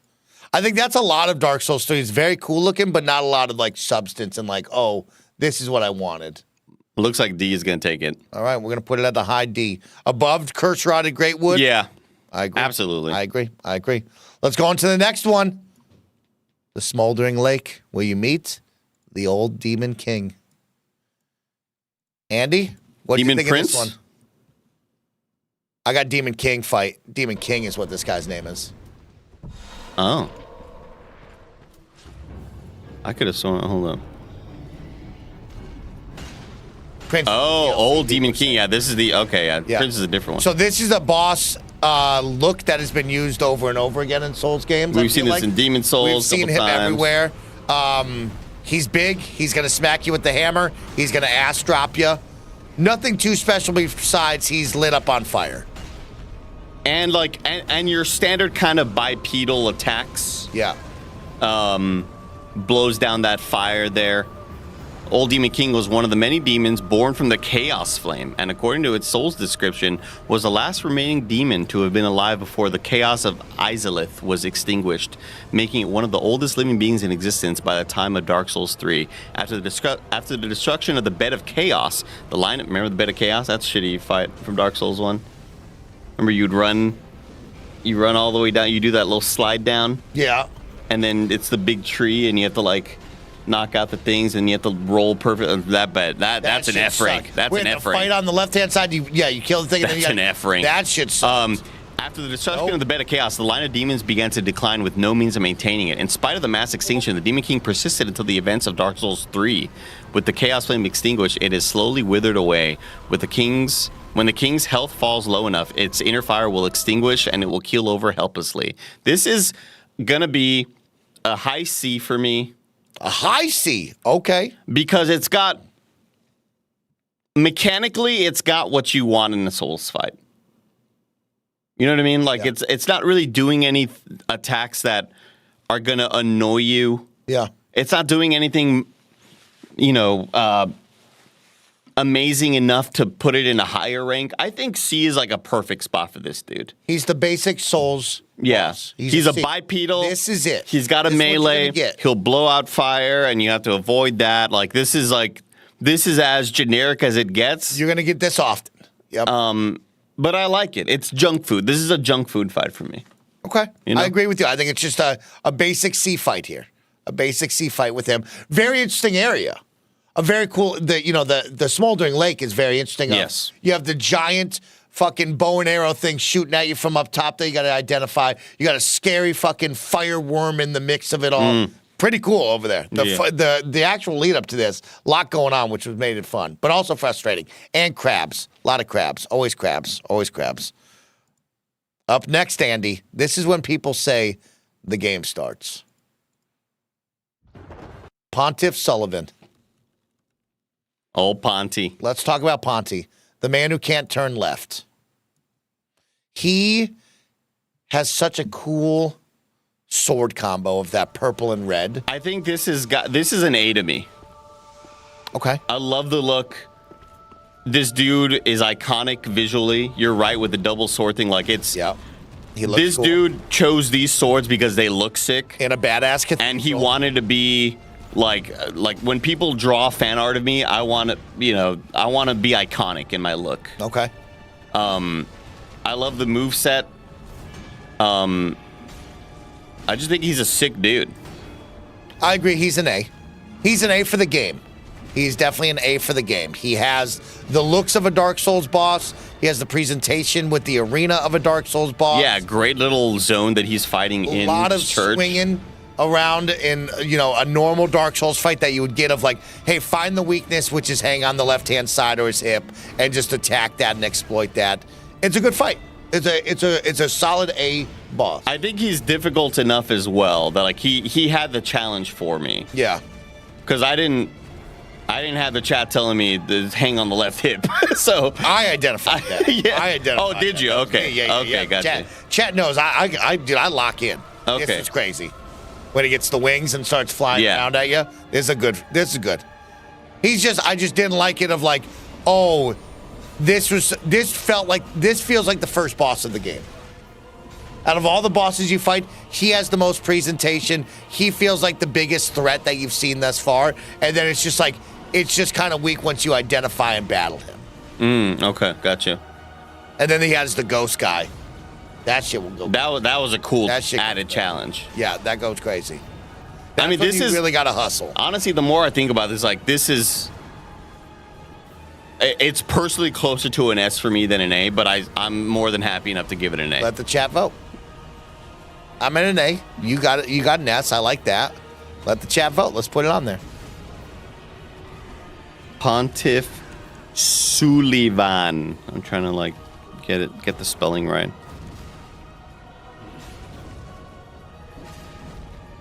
Poll started. What do you got, chat? Let us know. Where are we putting him? Sullivan was a humanoid creature born from an inhabitant of the painted world of Ariandel and raised inside of it. Despite the isolation from the outside world, he demonstrated incredible intelligence and talent for sorcery even as a young man, as he managed to create the new frost-based sorceries. He created that shit. Pretty cool. Using the cold climate of his home to strengthen weapons or create clouds of freezing mist. At some point, Sullivan became dissatisfied with living inside the painted world, as he had not experienced the loss or despair of those who ended up there to seek refuge after having lost everything else, and decided to abandon it, leaving behind the sorceries he developed to seek for knowledge and experience of the outside world. Sick as shit. Pawnee, where's he at? His rings, though, Mike, top tier equipment. Ooh, A just edges out. 23 votes to 20. Wow. It was a close one. A beats S. Look at the chat getting involved. All right. Well, he is a high A for us right now, ladies and gentlemen. I love him. A. I think he's an awesome fight. Okay, I like that. Well, let's go to the next one. Yorm, the giant.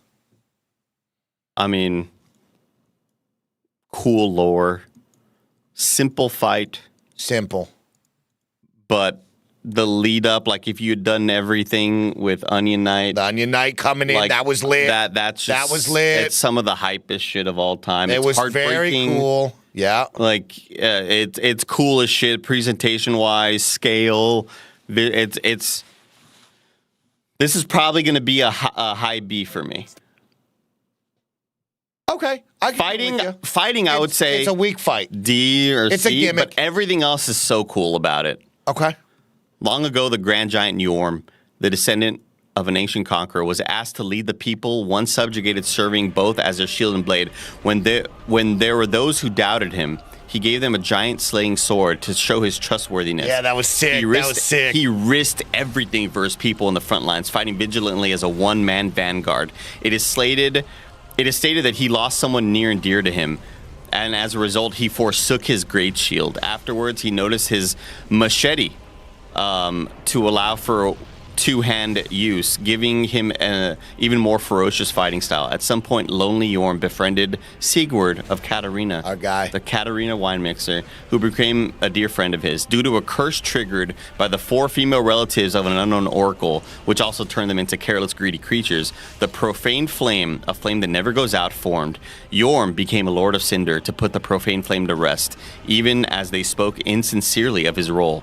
However, after he became Lord of Cinder, the hellish flame fell out of the sky and destroyed the city, yet consuming naught but human flesh, incinerating the human inhabitants. The flame, despite deriving from the dark and the abyss, actively sought to harm humanity. Before burning in the first flame, he gave his other storm ruler to Sigurd, who promised to end Yorm's suffering if he ever returned to life. Hey, Sieg, my homie. Big C. If I ever come back to life, kill me with this fucking sword. It's so sick. This is a B.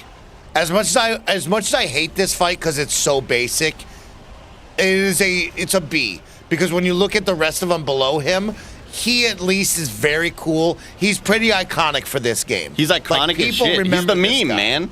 Yeah, people remember this guy. He's the meme of the tiny dude looking up at the big guy with the sword. He's B. He's iconic. He's a B. Now, where in the B's? The highest B? Low B? I mean, I personally like him over the other two. High B. High B. High B. High B. The more I look at this, the more I think good. the more I Not think great. Aedex Gundyr should be C. That's what I'm talking about. That's what I'm fucking talking That's what I'm about. talking about, bro. Yeah. I like that you're making It's a big change right there. I like that executive decision. you're making calls here, bro. Yeah, executive All right, let's decision. go to Aldrich, the devourer of gods, dude. This one was a frustrating fight for me. This one was a fun fight, an interesting fight, a frustrating one. Cool look. Great Snake look. lady look. Great look. You know what I mean? Love the idea that everything you're seeing is not the actual person. It's all the goop and gross shit underneath. This is probably going to be like a C to B for me. This is another Yorm situation. This is a B for me.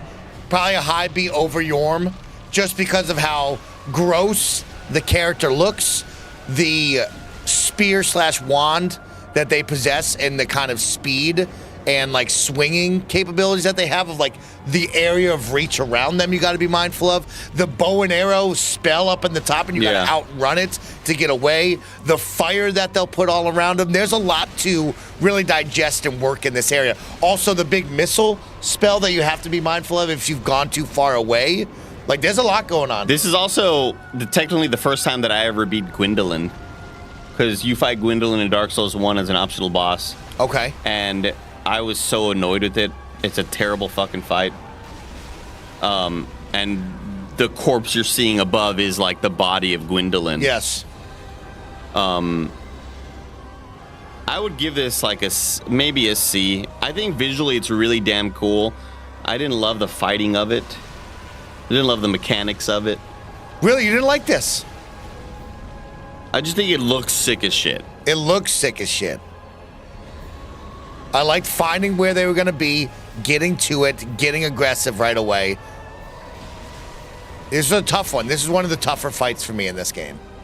Aldrich was once a cleric of the Way of White, originally from the Irithyll of the Boreal Valley.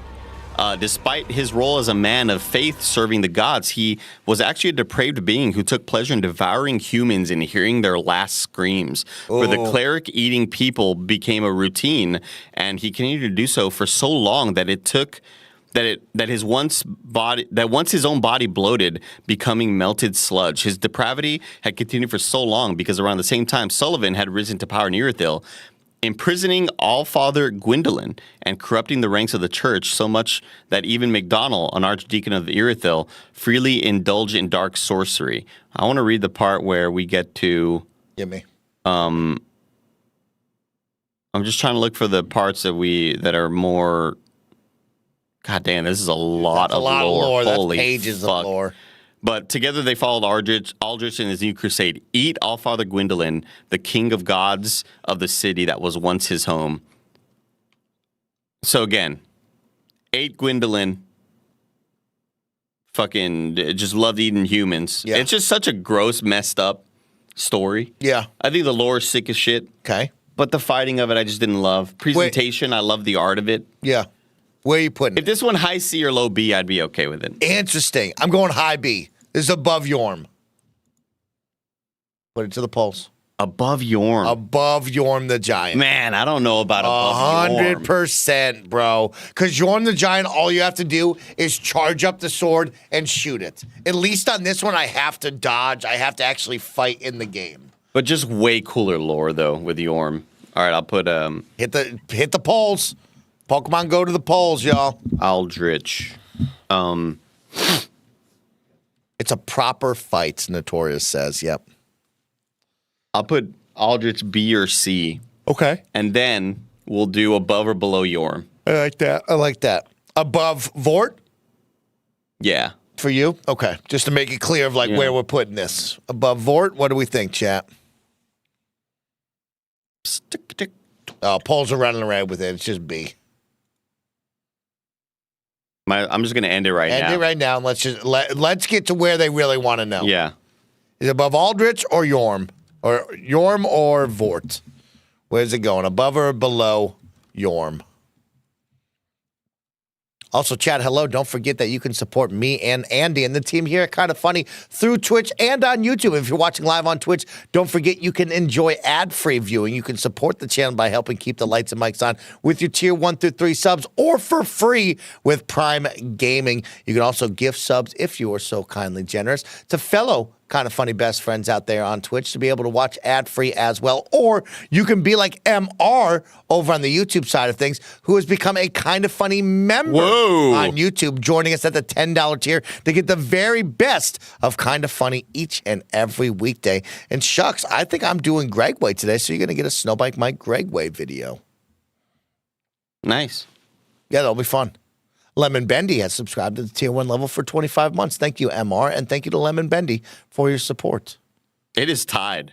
Shit. You guys got to vote, y'all. We need... Below Yorm just took the lead.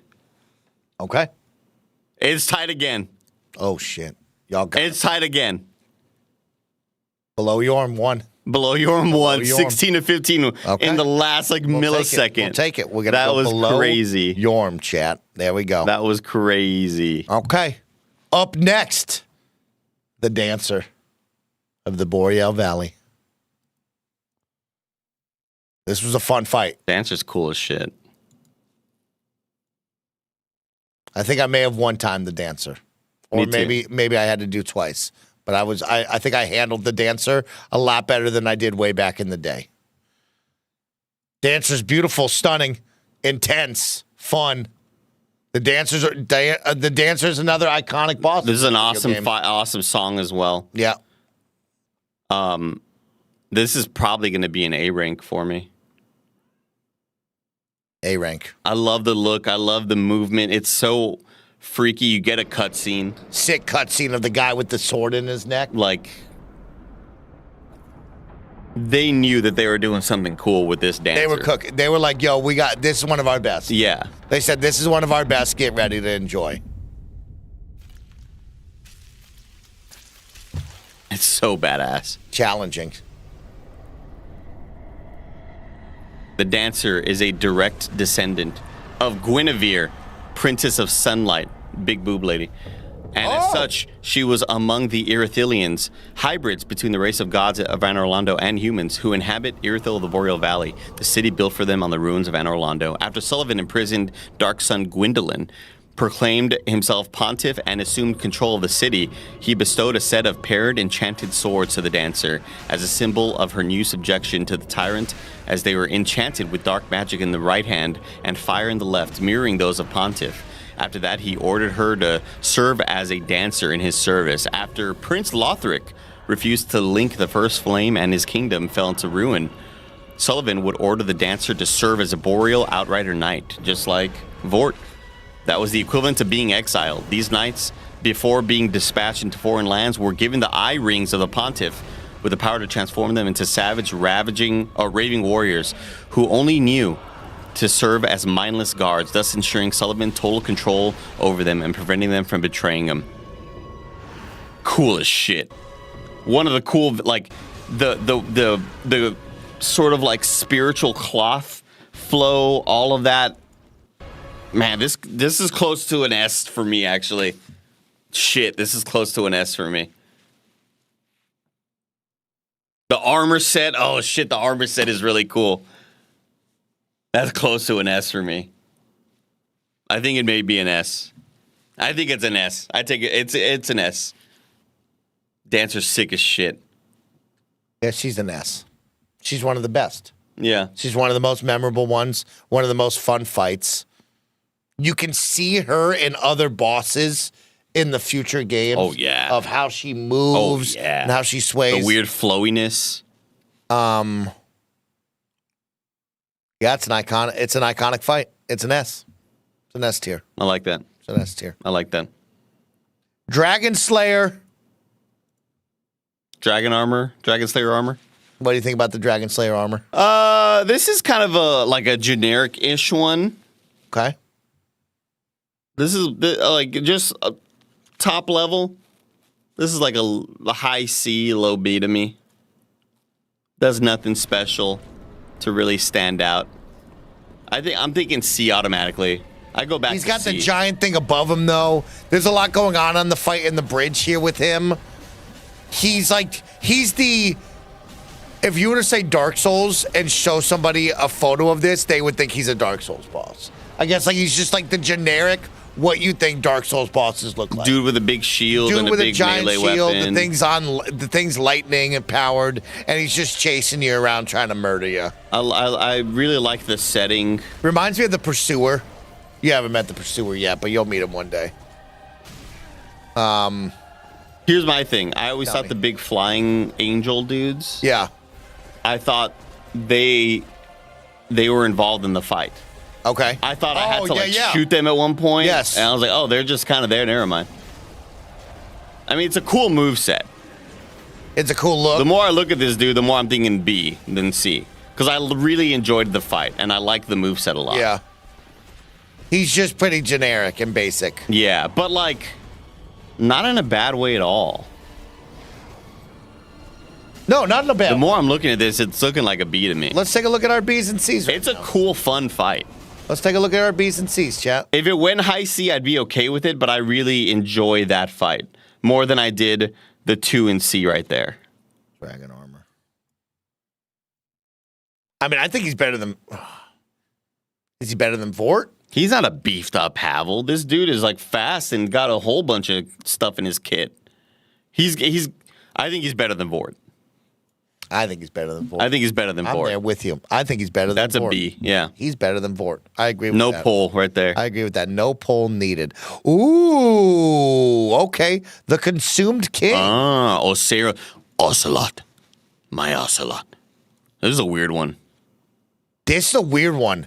Very weird. Because for me, Andy, this one didn't go well and then was kind of cheesed out because he has a very weird arena that has He's got, a lot the stairs. Yeah, but it's also it's got a lot of broken ground, so there's levels to it that aren't really levels. So you kind of standing underneath him, but he's above you, and it doesn't hit you, and this is just this is a cool looking boss, a wild looking monster, and then unfortunately it just kind of gets bogged down by just weird fight moments.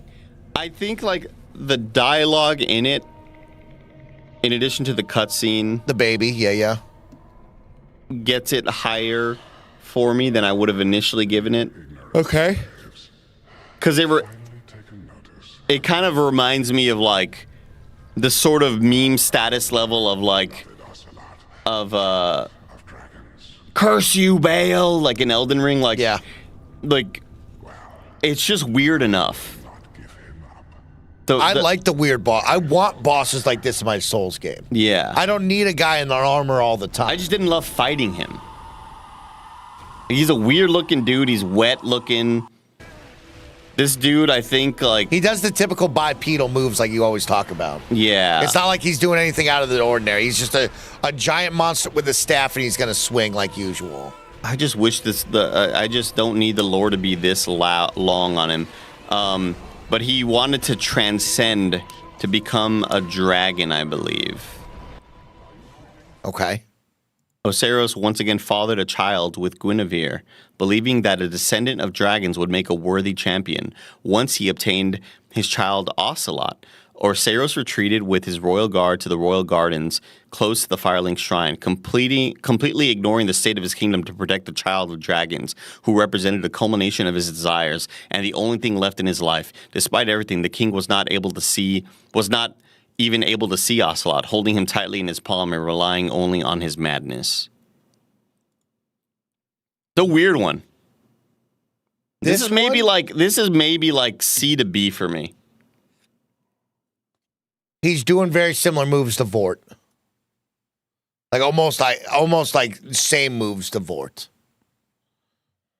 He's got a very cool look that you haven't gotten a scary looking scaleless dragon yet in this, a dying lizard dragon thing yet, It's a cool cutscene. Is he better than Yorm? No. Is he better than Aldrich? No. Better than this Dragon Slayer armor? Look-wise, yes, but fight-wise, no. Look at presentation-wise, yes, but I'd rather fight Dragon Slayer armor, and I think overall that might rank higher for me right now. Okay. I'd put him... Vort? I would put him above Vort. Okay. Dragon Slayer armor, you think Below Dragon Slayer armor. Okay. I agree with this. I like this. I'm right there. Yeah. It's a solid character. Solid boss. Solid. Yeah. Okay. Let's go to the next one as we start tearing through these. We've already done the champion, Gunder. Yeah.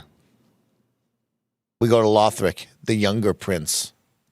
Oh, shit. Hopping on the back. This shit was a wild one. This one reminded me of some Elden Ring shit. Yeah. I mean, it reminds you of the final fight in Elden Ring. Seeing somebody do a little piggyback ride. Yeah. And some other stuff, and it just felt this one felt like you could put this in Elden Ring in any of the game, and it would fit well. Yeah, you know what I mean. That's how this fight kind of felt with the presentation and the look on this one. Lorien and Lothric Lothric and Lorien are the sons of Orseros, who we just ranked, king of Lothric, and Guinevere, queen of Lothric, and consequently the princes of the kingdom of Lothric. Lorien, as the eldest prince, was designated heir to the throne. And for this reason, he received the ancient brass armor handed down by the royal family together with a crown helmet patterned with flames, symbol of the kingdom's tradition of fire linking. Lorien was raised as a knight and proved his incredible prowess on the battlefield, leading a war against the remnants of the Chaos Demons and even capturing some of them to serve as slaves for Lothric. The prince even faced the Demon Prince in a duel and was able to single-handedly defeat him, resulting in his greatsword being eternally scorched with a flame of chaos. That's pretty sick. It's cool. This is it's awesome presentation. This is a real cool And you fight. have the mid cutscene as well. Yes, coming out of nowhere, teleporting on you. Yeah. Got to be ready for big combo. Wombo combos out the ass, bro. Yeah. He's comboing you. You got to be mindful of.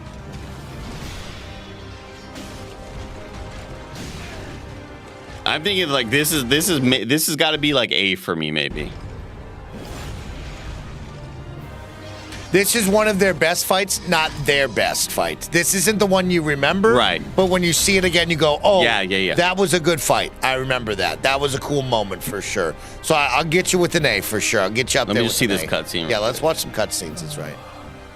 Dear brother, I'm on my way. I can't wait for you to start voice acting in these games.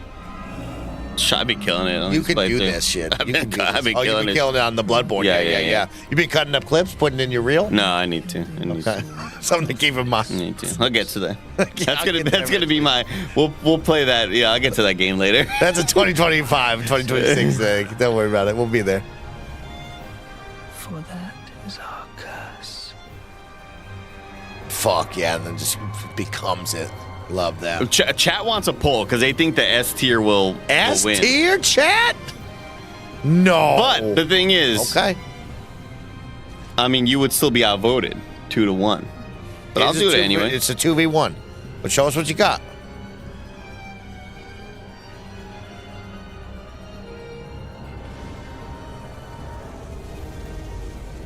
Pulls up. Like, that's a cool shot right there. That's a very cool shot. But we also have to be mindful of the fight. Here's some magic coming at you. There's the teleport. Yep. Big swings. That's such a long magic wait, too. You got to really wait for all those missiles to come out.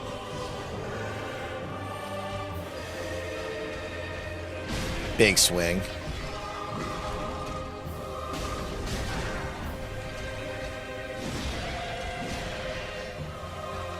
It's a good fight. It's a good fight. We have Really 3 B ranks also kind of splitting the vote. But right now, S is beating A 20-14. Show me what we got on the A. Show me what we got on the B. So let me bring them up. Oh, higher than Champion Gunder for sure. Higher than Pontiff for sure. I don't think so. I think Pontiff is a much funner boss to fight. I agree. I don't like the guy crawling around on the ground. Make it. I think presentation wise, Yeah. Lothric and Lorien are cooler because of the dual cutscenes. Yeah, But I would rather fight Pontiff Sullivan. I agree on that. I agree.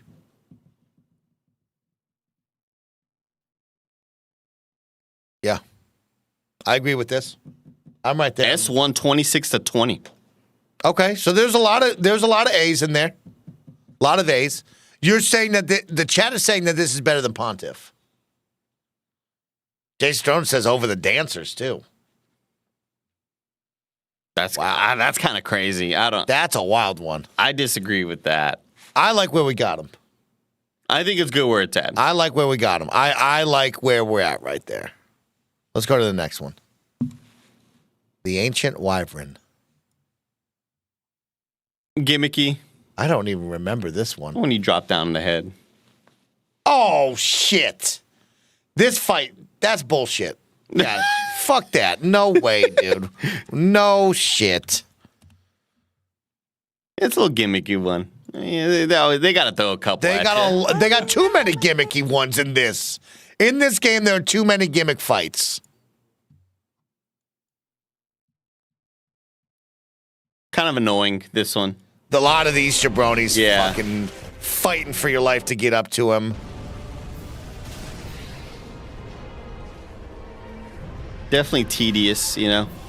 And then you get there. The best is the beginning when you're like, what am I supposed to do here? Yeah. And then you find out it's like, oh, I just run up here and do this. Yeah. But once you do it, it kind of is like dropping in on that snake head, you know? It does feel kind of cool to do the thing. I definitely whiffed it a couple times. There's some great comedic moments on that playthrough. You just gotta have faith. You gotta have faith. Leap, bro. You gotta take the leap, homie. I definitely jumped when his head was up a couple times. Take the leap. Oh, then you just kill it one hit? It's gimmicky. I don't love that. But I don't hate it. This isn't like... No, I don't like that, bro. We're talking about a cool dragon. Why are you putting it S? No, I'm just putting it up in the oh, so okay. people can see it, just so they know what I'm talking about. It'd probably be like a... Like if we're going to put it in D rank. Yeah, it's a D rank. It's the highest D. If we're going to put it in C, then it's the lowest C. No way. Over the Skeleton Man? Yeah. Oh, yeah. The Skeleton Man was at least a fight. I just love the presentation of this, you know? I get it. The Skeleton Man had a dope presentation. He even had a cutscene. Cool cutscene. Damn, you're selling me on that. You're a good salesman, Doug. Thank you. Put it below Skeleton Man. Like, I'll give you above this, Curse Rod and Greatwood. Yeah. You know what I mean? At least here, these two are at least fights. But, like, you do have to run up and fight little guys for this. This was a tough one. It's annoying. Yeah, it just sucks. It's unfortunate. It's unfortunate. Let's talk about who's fortunate, though. The Nameless King. Oh, God dang. Holy shit. Holy shit. Holy shit, Andy. What a fight. This is the guy. That's S. This is the guy. You remember him. Yeah. He's right. The Eagle. Fuck the Eagle, bro. There's a couple moments where you can't make the camera doesn't adjust to even be able to see him up there. So when he throws down the lightning bolt, a lot of it is a guessing game. You gotta feel it. You can't. You gotta feel it. If you feel it, you chase it. Oh. You haven't seen Twisters yet. I haven't seen Twisters. Yeah. You can't hit me with a quote that I haven't heard yet. You were waiting there for a follow-up, and I had nothing for you. I haven't seen the movie yet. Yeah, I haven't seen it. So it's an S. I mean, it's a cool freaking cutscene. Is he better than the dancers? Is he better than the keepers? Yeah, he's the top. I think he's the top. He's the king of Dark Souls 3. Yeah. This is the guy. Yeah. Challenging fight. Fucking epic scene. Seeing him on the bird. He's number one. Yeah. He's the face of Dark Souls 3. This is the one, when you think of Dark Souls 3, this is the one you're going to tell your friends about. Yeah. I beat the Nameless King. It took me fucking forever, but I beat him in that shitty-ass bird. Yeah. And we fought. Yeah, look at this. That's sick as shit. I mean, there was a lot of frustration in this fight.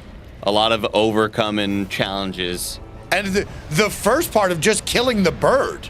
Yeah. Right? The King of the Storm is just the bird.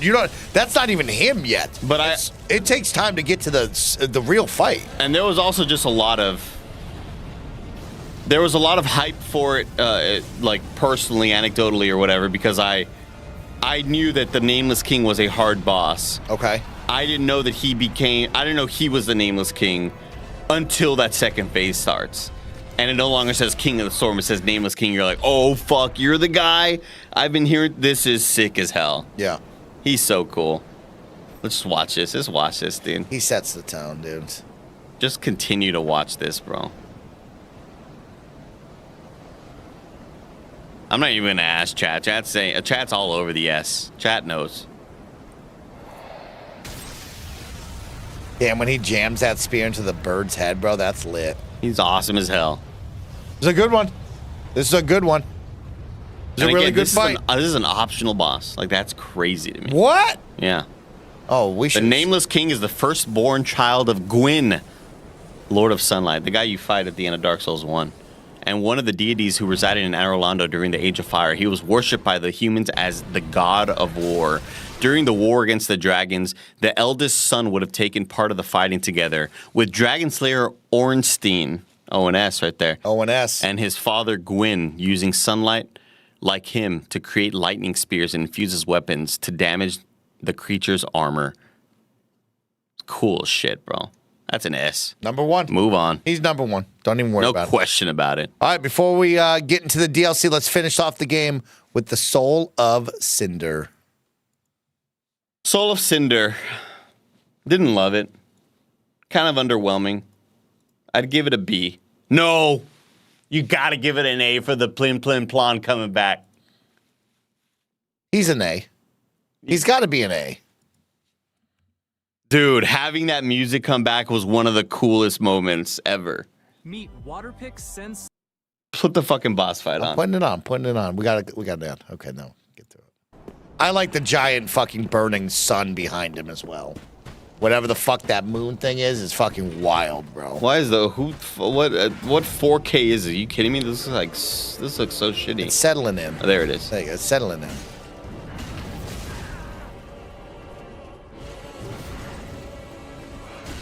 Oh, and then he's got the different weapons. He's the culmination Man, of if it all. he hits you with that curved sword, bro, plus the fire, you're fucked, bro. He goes into spear mode, you got a chance. But if he hits you with that curved sword, you have a big problem, dude. Oh, he went spear mode on this guy, longsword. Fucking. I just want to hear the music come back in.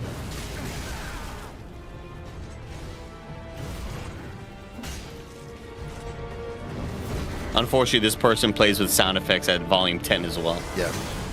You gotta put sound effects at 6 or a 7, music at 10. Okay, I'll note that. This guy's not gonna make it. He's not long for this world.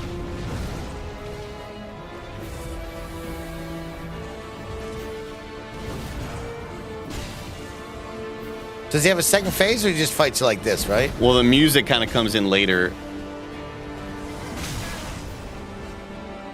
Hitting you with the heels. Don't get disrespected by the heels, bro. Do not get disrespected by the heels. He does have a second phase. There's the curved sword, dude. This shit is nuts, bro. His moves with the curved sword will just absolutely down. And he does a backflip. That's right. It's disrespectful. He's gonna throw the fire out eventually too. What a nightmare. This guy's getting some good blocks in, bro, for critiquing his fight. Yeah. He's getting some good blocks in.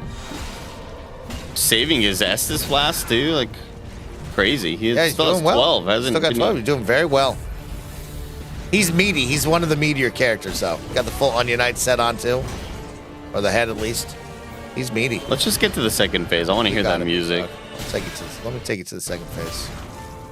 You got to rewind, bro. You got to rewind. Okay. Like right as it's about to start. Here it comes. No. There you go. Let's hear that music hit, chat.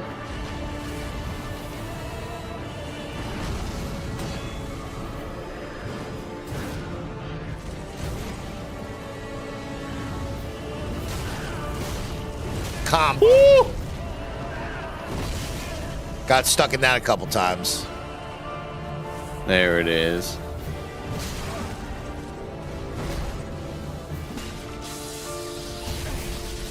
Getting goosebumps, chat. It's a great fight. It's a good fight. He's an A. The music alone gives it an A. He's an A. Like I think he might be a B because there wasn't like really a lead up or a cool cutscene into it. Okay. But the music and the fighting gives it an A. Like, I wish they gave him more. Yeah. It didn't. After coming off the Nameless King, yeah, this guy's a nobody, is right. It definitely feels weak compared to each other. You got to give him more presentation. But, like, the different fighting styles of going from one it's awesome as long shit. sword, yeah, the curved sword, it's pretty wicked. The fight and the music is an A to me. Yeah. Everything else is like a B. It was like as if we forgot that he was the final boss. You got to give him more love. Yeah, you got to give the final bosses more love in these games. For some reason, they don't. He's above champion. He's above Lothric and Lorien for me. Agreed. Pontiff? Nah, I still leave him below Pontiff. I'm right there with you. Yeah, look at that. I'll give you that. I'll give you that one. Let's go into the DLC, and we continue on. The first DLC, Ashes of Arendelle. Very short. Only 2 bosses here on this one. A shorter one, Andy. Let's check out the sister. Sister Friede. Oh, my God. The three-phase queen. This shit's lit.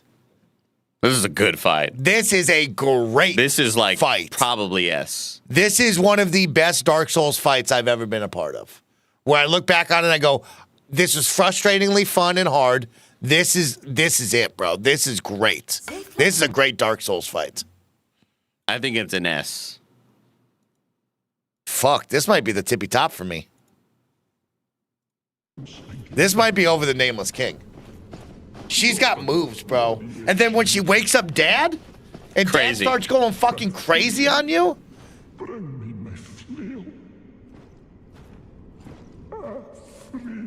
God, this Friede. What stops thine ears?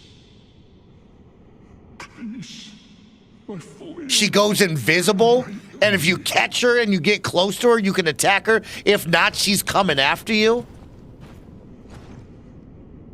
The massive ice wave attacks. When on the third phase, when she goes invisible and she shoots you from afar. And then she has the black flame, also the dark flame. Shit, lady. This guy's creepy as all hell. Creepy as hell. Bring Friede to me, please. It's got the scythe. Yeah, this is an S. Dost thou not see? Let's get to the fight for people to say, God, she looks fantastic. The scythe is an iconic weapon. It's so badass. You pull off a cool scythe, bro, you can do anything. She does that move where she like pulls you in. Yeah. Oh my. Yeah. You gotta get the fuck out of that. Yeah, bro. yeah. God damn, I've been in there. She moves too. Do we get a cutscene going from first phase to second phase? Let's take a look. I believe you get cutscenes on a lot of them. Let's see. Yeah, I think we do. Yes. So you get a cutscene on all 3 phases, that means. All 3? I think so. Damn. Or maybe the third one, nothing pops up. It's just so you don't get one from 2 to 3. Yeah. And then it just goes quiet, and you're like, oh shit, she's not getting back up. Because this is when they light the fire. She wakes up Daddy. And we fucking wake up Daddy, bro. The blood of his daughter gets him all juiced up. And you don't wake Daddy. Man, he's so freaky looking. God, he's ugly as hell. That's sick hair. Got a great hairline. Looks great, bro. And then you get this. And now you have to balance the 2 of them of like, what am I doing here? Yeah. And I chose the big guy. I was like, you got to go after the big guy here. Because she stays back, which is nice. I think they know, and like she'll stay back and you can get after this is right. Yeah, you cannot get cornered. You have to be so aware of your environment in this fight. And then she gets up and you're like, oh no. Yeah, this final shot is so sick. No.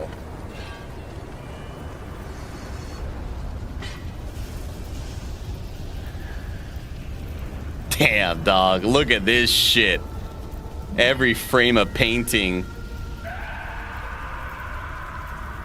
And it's on. So badass, Now you bro. know it's on, ladies and gentlemen. You got her shooting out the fucking snow at you. You're trying to fight this guy who's got too much going on. He's stuck to the chair, bro. From Software is just the best. And then we go to fucking, oh, fuck you, State Farm. Fucking Jake. Jake is in phase 3. Jake is coming for phase 3. Then she goes fire and ice mixed. This is ass. Put it at the top. Put it above Nameless King. This is my number one. Yeah. After playing this DLC, this was my number one of the game. What's up with FromSoft and badass ladies? Frida, Lady Maria, Melania. Look, it's because they're woke, bro. They get it. FromSoft is so fucking woke, dude. You go woke, you go broke. Shit. And then, we meet the champion's Grave Tender and the Grave Tender's Great Wolf. Well, chicken tender? This was an interesting fight here. I don't know what the hell you're talking about. You don't remember this one?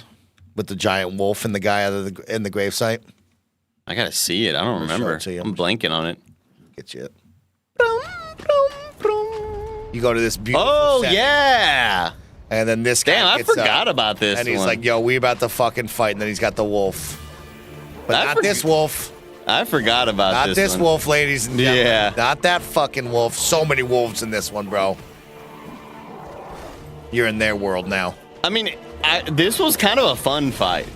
It was cool. It was annoying. It reminded me of the giant wolf with the sword that we fought. Sif. Was that number 1? Dark Souls 1, right? Yeah. With the giant wolf and the sword? Yeah. Because, like, when the wolf comes out, yeah. And then, you this is fun. It's fun. It's active enough, you know? Yeah, I like fighting people like this. And he's very active with this fucking gladiator sword. And I love the setting. I love the arena. Yeah. Very cool, a frozen vibe with all this like foliage. I think it's pretty badass looking. See if we can get to it. Yeah, it's fast forward a little bit. Like all things considered, though, this would probably be like a low B for me, high C. Weird howl in the back. Yeah, there's a B. This is a B fight. Oh Giant shit! wolf is behind you, bro. Nobody loves fighting the giant wolves, man. They're tough, bro. I really like I love the arena. I think that it does so much for me. Having just like this ice wall around you. I love the textures of the way the ice looks. Yeah, this is probably like a low B or a high C for me. Let's take a look. Let's take a look at what we got. That's wild that I went from I don't remember this to like, oh yeah, I do, and it's pretty badass. Yeah. So right now. Now you know what? Oh, this is above Vort. We got to drop Vort to C. Let's be real with ourselves right now, Mike. I agree. We dropped Vort to C. We put this. Where does he fall? We put this below Oseros, yeah. Below Oseros? Yeah. The cutscene. Yeah, I agree. And I agree. You're right. You're right. Ocelot. I'll All give you that. that. I'll give you that. I'll give you that. Sorry, Vort. I love you. Lou Vort. Yeah. Lou Dort. Okay, let's go. On to the next one, Andy. Oh, we now go to the Ringed City. The final DLC of Dark Souls 3. This one's pretty meaty. We This got a one's bunch got of suckers here. Fuck, this area is so cool too, bro. This is where you fight Demon in Pain and Demon from Below and the Demon Prince. That was a tough fight. The three dude or the both of them like kind of jumping and running at you. Because the 2 fight was Demon in Pain and Demon Below, right? It's the wonder of. Ring City, Demon in Pain and Demon from Below boss fight. I don't remember this one. It's gonna immediately jog my memory once we start to look at this. Let's take a look. You don't remember? Like the two, yeah, you dropped all jump the way in the down, hole. and there's the 2 dudes in the same fight. Yes, and one comes at you while one shoots fire. You have a hold on that one They for switch. a second, and then they switch. Yeah, They switch what I their call them powers two are. Bats. That's why I don't think of them as demons. I think of them as bats. 2 giant bats. Yeah, I get it. Yeah. So yeah, this one was tough. Of like that one's shooting things at you, so you got to be mindful of that. You got to put enough damage on this guy so he chills the fuck out, and you can switch. Right? Yeah. What a 'Cause tough they fight. switch what their powers are. Yeah. What a tough fight. It was a tough one to deal with. This is a challenging fight. This was one that like when you beat, you go like fuck yeah, like you're really excited and also a jazzed wonky about it. play area because you have these arches in the middle as well that you kind of bang into sometimes. Yeah. It's a good fight. This is a fun one.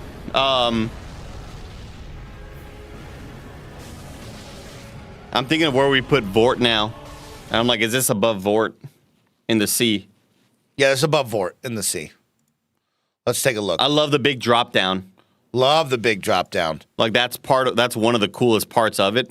The Chaos Flame, like the first flame that it was unable to replace, is capable of being rekindled by a champion demon of vast power, such a so-called prince went to face Lorien, eldest son of Lothric royal family, and was defeated in combat. But the race of demons shares memories with each other, and those that remembered the power and determination of the demon prince share in this essence, so that even the last demon alive can rekindle the Chaos Flame. By the final end of the world, the reality has partially collapsed onto itself, gathering all lands onto one point of convergence. At the bottom of a large tree rest 2 demons, the last demons by that time, and the last one to survive shall be reborn as the Demon Prince.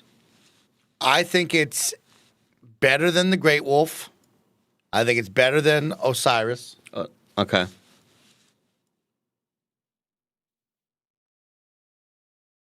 You put it above Dragon Slayer armor. You're rising up the ranks right now. Maybe. It's just 2 giant bosses that you have to fight. It's very difficult, right? And it's not like they're doing anything stunning. I agree. I don't think it's doing anything stunning. Dragon Slayer had a better area with the giant Mothman flying and being on the bridge. It looked cooler. I go there. Above Osiris. Oh, yeah. I'm okay with that. Osiris has better presentation, but, like, you're fighting 2 of these jabronis, and it's a more difficult fight. I do prefer the 1v1 nature, obviously, of Dragon Slayer armor. Yeah. I think I'm okay with that. Okay. You okay with this? Yeah, I like that. All right. I like that. All right. Let's go to our third final boss. We have 3 left, chat. We have three left. The Spear of the Church. Kotslot says, Mike, play phase 2 of the fight. You might remember more stuff. Want to play phase 2 A of that? last second Hail Mary from Demon Prince phase 2. Oh, to get it up? Yeah. Okay, 1 second. Let me get it right. Let me get it right. Really need a pee. Go pee. I got to pee too. I'm going to wait for all these. Okay. Wait to finish this out. I'm blanking on what the phase 2 even was of the Demon Princes. It's kind of where he becomes one. Yeah, he becomes one. Ready? I knew it. He becomes one giant monster.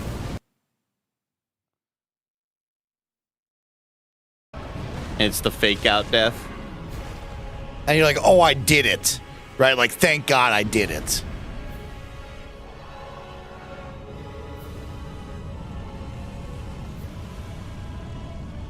And it's like, no. In phase 2, shit Oh, really shit. hits the fan. Well, it does hit the Things fan. get a bit crazy, and hopefully you came out of phase 1 with enough Estus to survive. Dude's gigantic. As soon as he gets off the ground, you want to be aggressive. And he goes Get him ham. to Float around and that shoot flame.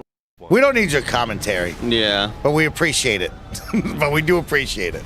I mean, it's cool, but I mean, he's up there. That's a one-on-one fight that you want. damn, this, you know what? I mean, hey, Kotslot, I think this goes above Dragon Slayer armor. Agreed. Yeah. Agreed. I like where that's at. I would put this over Aldrich. Below Yorm.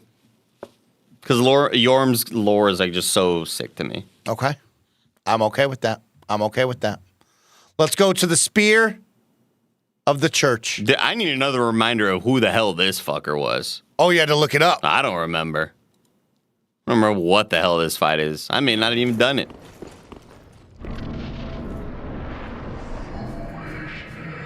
Oh, shit. This feels like a first tryer. I remember this. Oh, no, I remember. Okay. And then they call it, this giant monster calls upon someone to help. Weird as hell. It's the PvP fight. Princess Philanor. That's right. I remember this. So you get like 3 random kind of people that run in, and they're like, is it 3, or am I thinking of the Demon Souls fight? Is it 3? There might be some other jabronis, right? Oh man, that lady's going. Yeah, because these are who the default people you fight. Yes, here they come. If you're playing offline. When you're playing online, it's like, oh, it's just one? I see multiples here.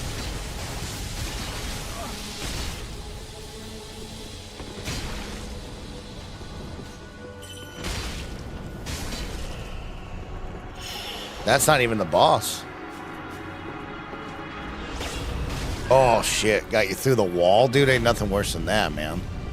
Yeah, because this is they're essentially summoning in like other players to be the guardian, to be like these fighters or whatever. Yeah. But if you play offline, then you get like 3 kind of default fighters. Okay. He gets 2 painting people summons, but it's either an NPC or another player. Okay, gotcha. I mean, I like the gimmick of the online stuff. Yeah. But I'd put this at like a C, maybe. I'd put this below. I would put this, I'd put this where it is. Yeah, that's a good spot for it. I think bottom of C is good. Bottom of C. Yeah. Okay. I like that. I mean, you know what? Shit. I might even go below Wolnir. Because I think Wolnir looks way cooler and has a cooler intro and cutscene and shit. I agree with that. I like that. That's a D ski right there. That's a D. Oh shit.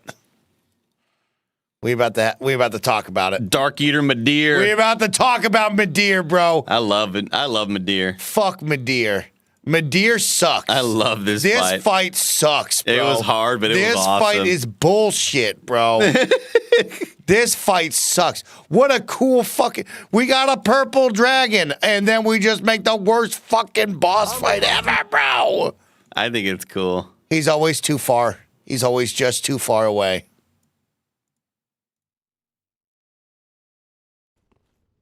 You got your cool drop down. I'd fucking hit the sword on it. Oh, yeah. And dragging fucking sparks all the way down.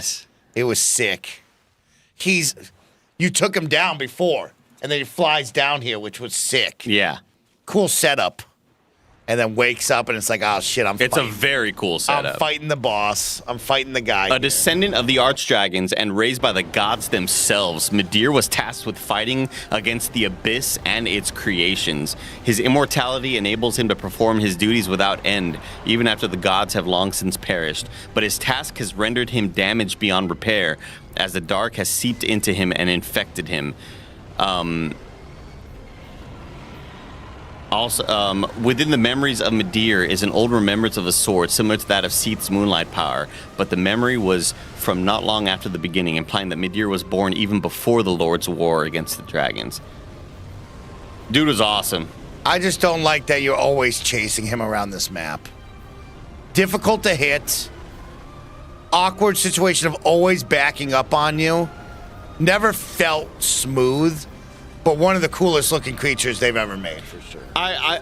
The reason why I know that I liked it was because I didn't want to get it over with just so it could be over with. I wanted to get it over with so I wanted to beat this dude. Okay. I didn't want it to just be like, you fight some shitty bosses, you wish you could just hit skip to be like, I'm not having fun with this, let me just... Yeah. Like, I was having fun, I felt challenged, it took me a long time to beat him, but I really enjoyed the challenge of it. And I'm a sucker for dragons. I think he's got a very cool look for him. I think this is probably like a B to an A for me. B to an A for me. He's definitely higher than Champion Gunder. I'm going to put it in the chat. He's an A. He's an A. He's an A. He's the bottom of A. He's above the champion. Dark Eater Midir, poll in the chat. Poll in the chat. Everybody. I enjoyed fighting I enjoyed fighting Champion Gundyr more, but everything about this dude is so much cooler to me. Okay. What about Lothric and Lorien? Soul of Cinder. Where are you going higher than this? Oof, that's a tough one. I think we may be at an impasse right now. Do you think he's going higher? No. I think where he's at right there is where I would put him. That's my vote. Boom, right there.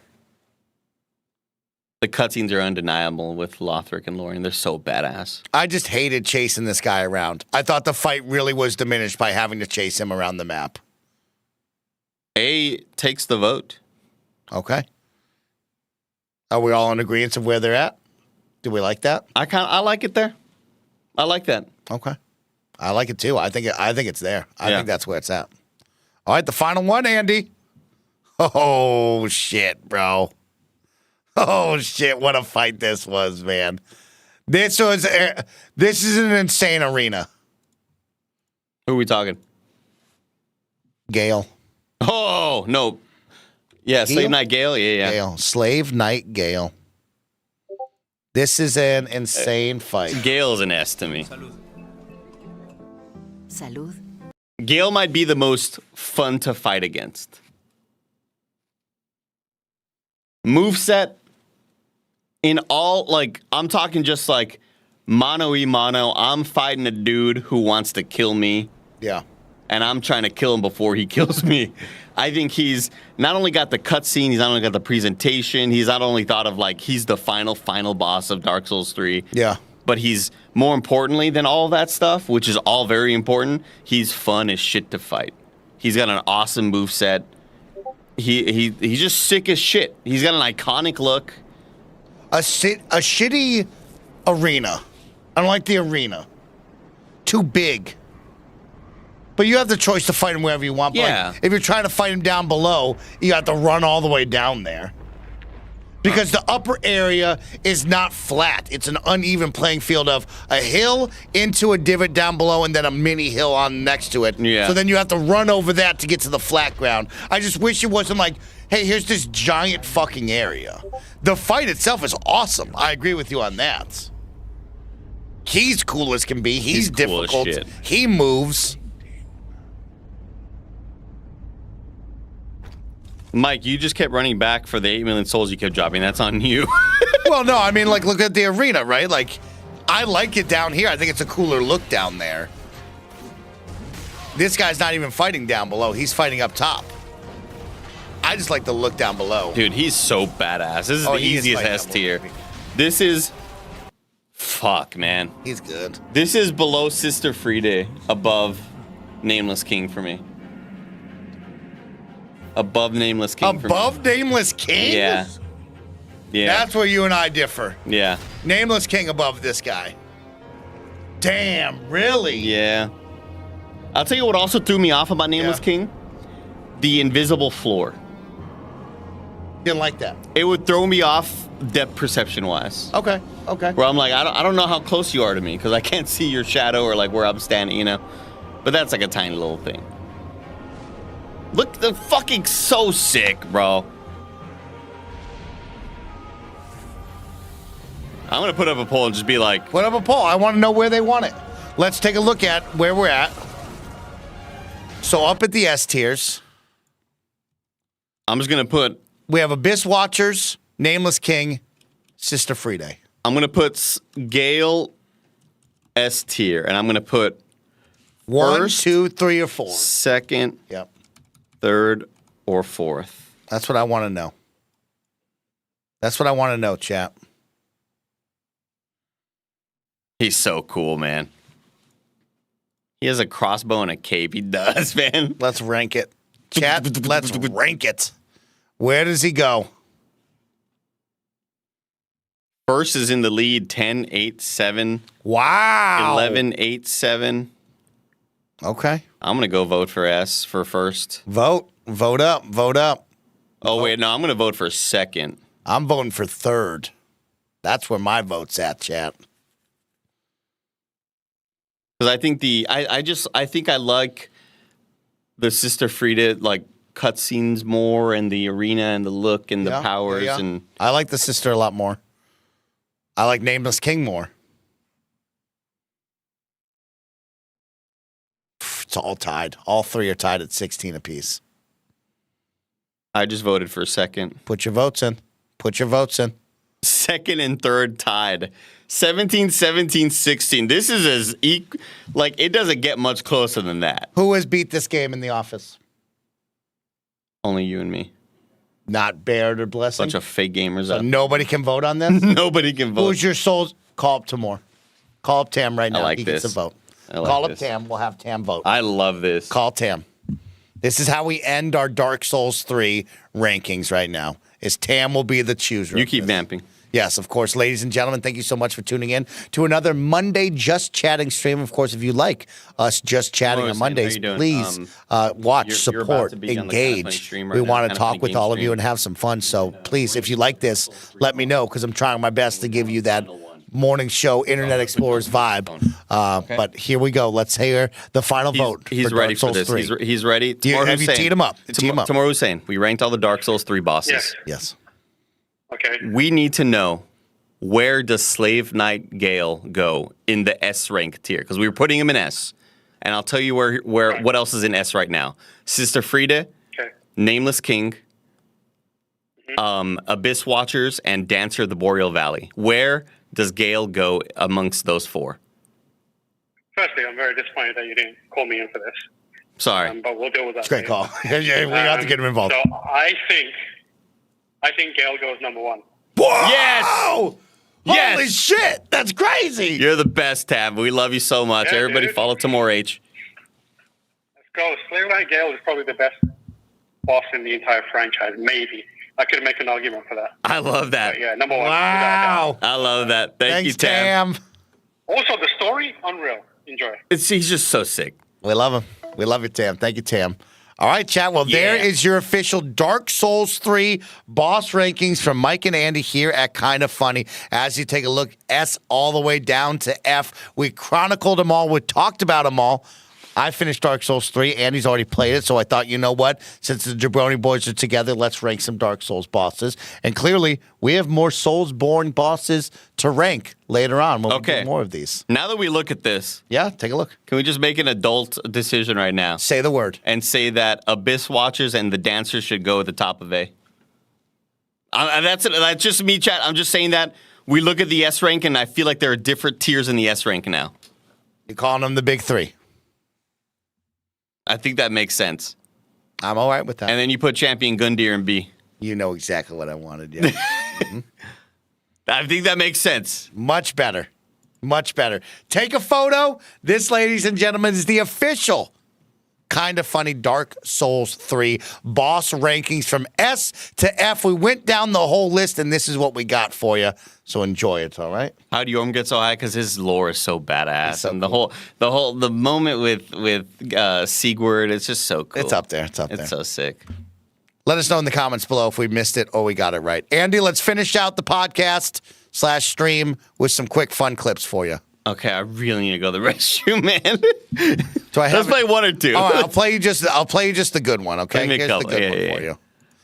This is how we're going to end it for Team America and Team USA men's basketball. I'm proud to be an American, cause at least I know I'm free. Got a triple-double from LeBron, 36 from Steph Curry. This is very good. And I'm proudly stand up next to you as we beat every other country. Cause there ain't no doubt I love this land. God bless USMBT. Man. And that, ladies That's and gentlemen, very good. is how we finish your Monday stream off. Have some fun. We're playing a whole lot of awesome games throughout the week. Of course, if you're a Kinda Funny member at the $10 tier, you can watch them do in review for Twisters live at 3:15. So make sure to tune in for that. Thank you so much for the love. Goodbye. And he has to go shut it down. So thank you, chat. Love y'all.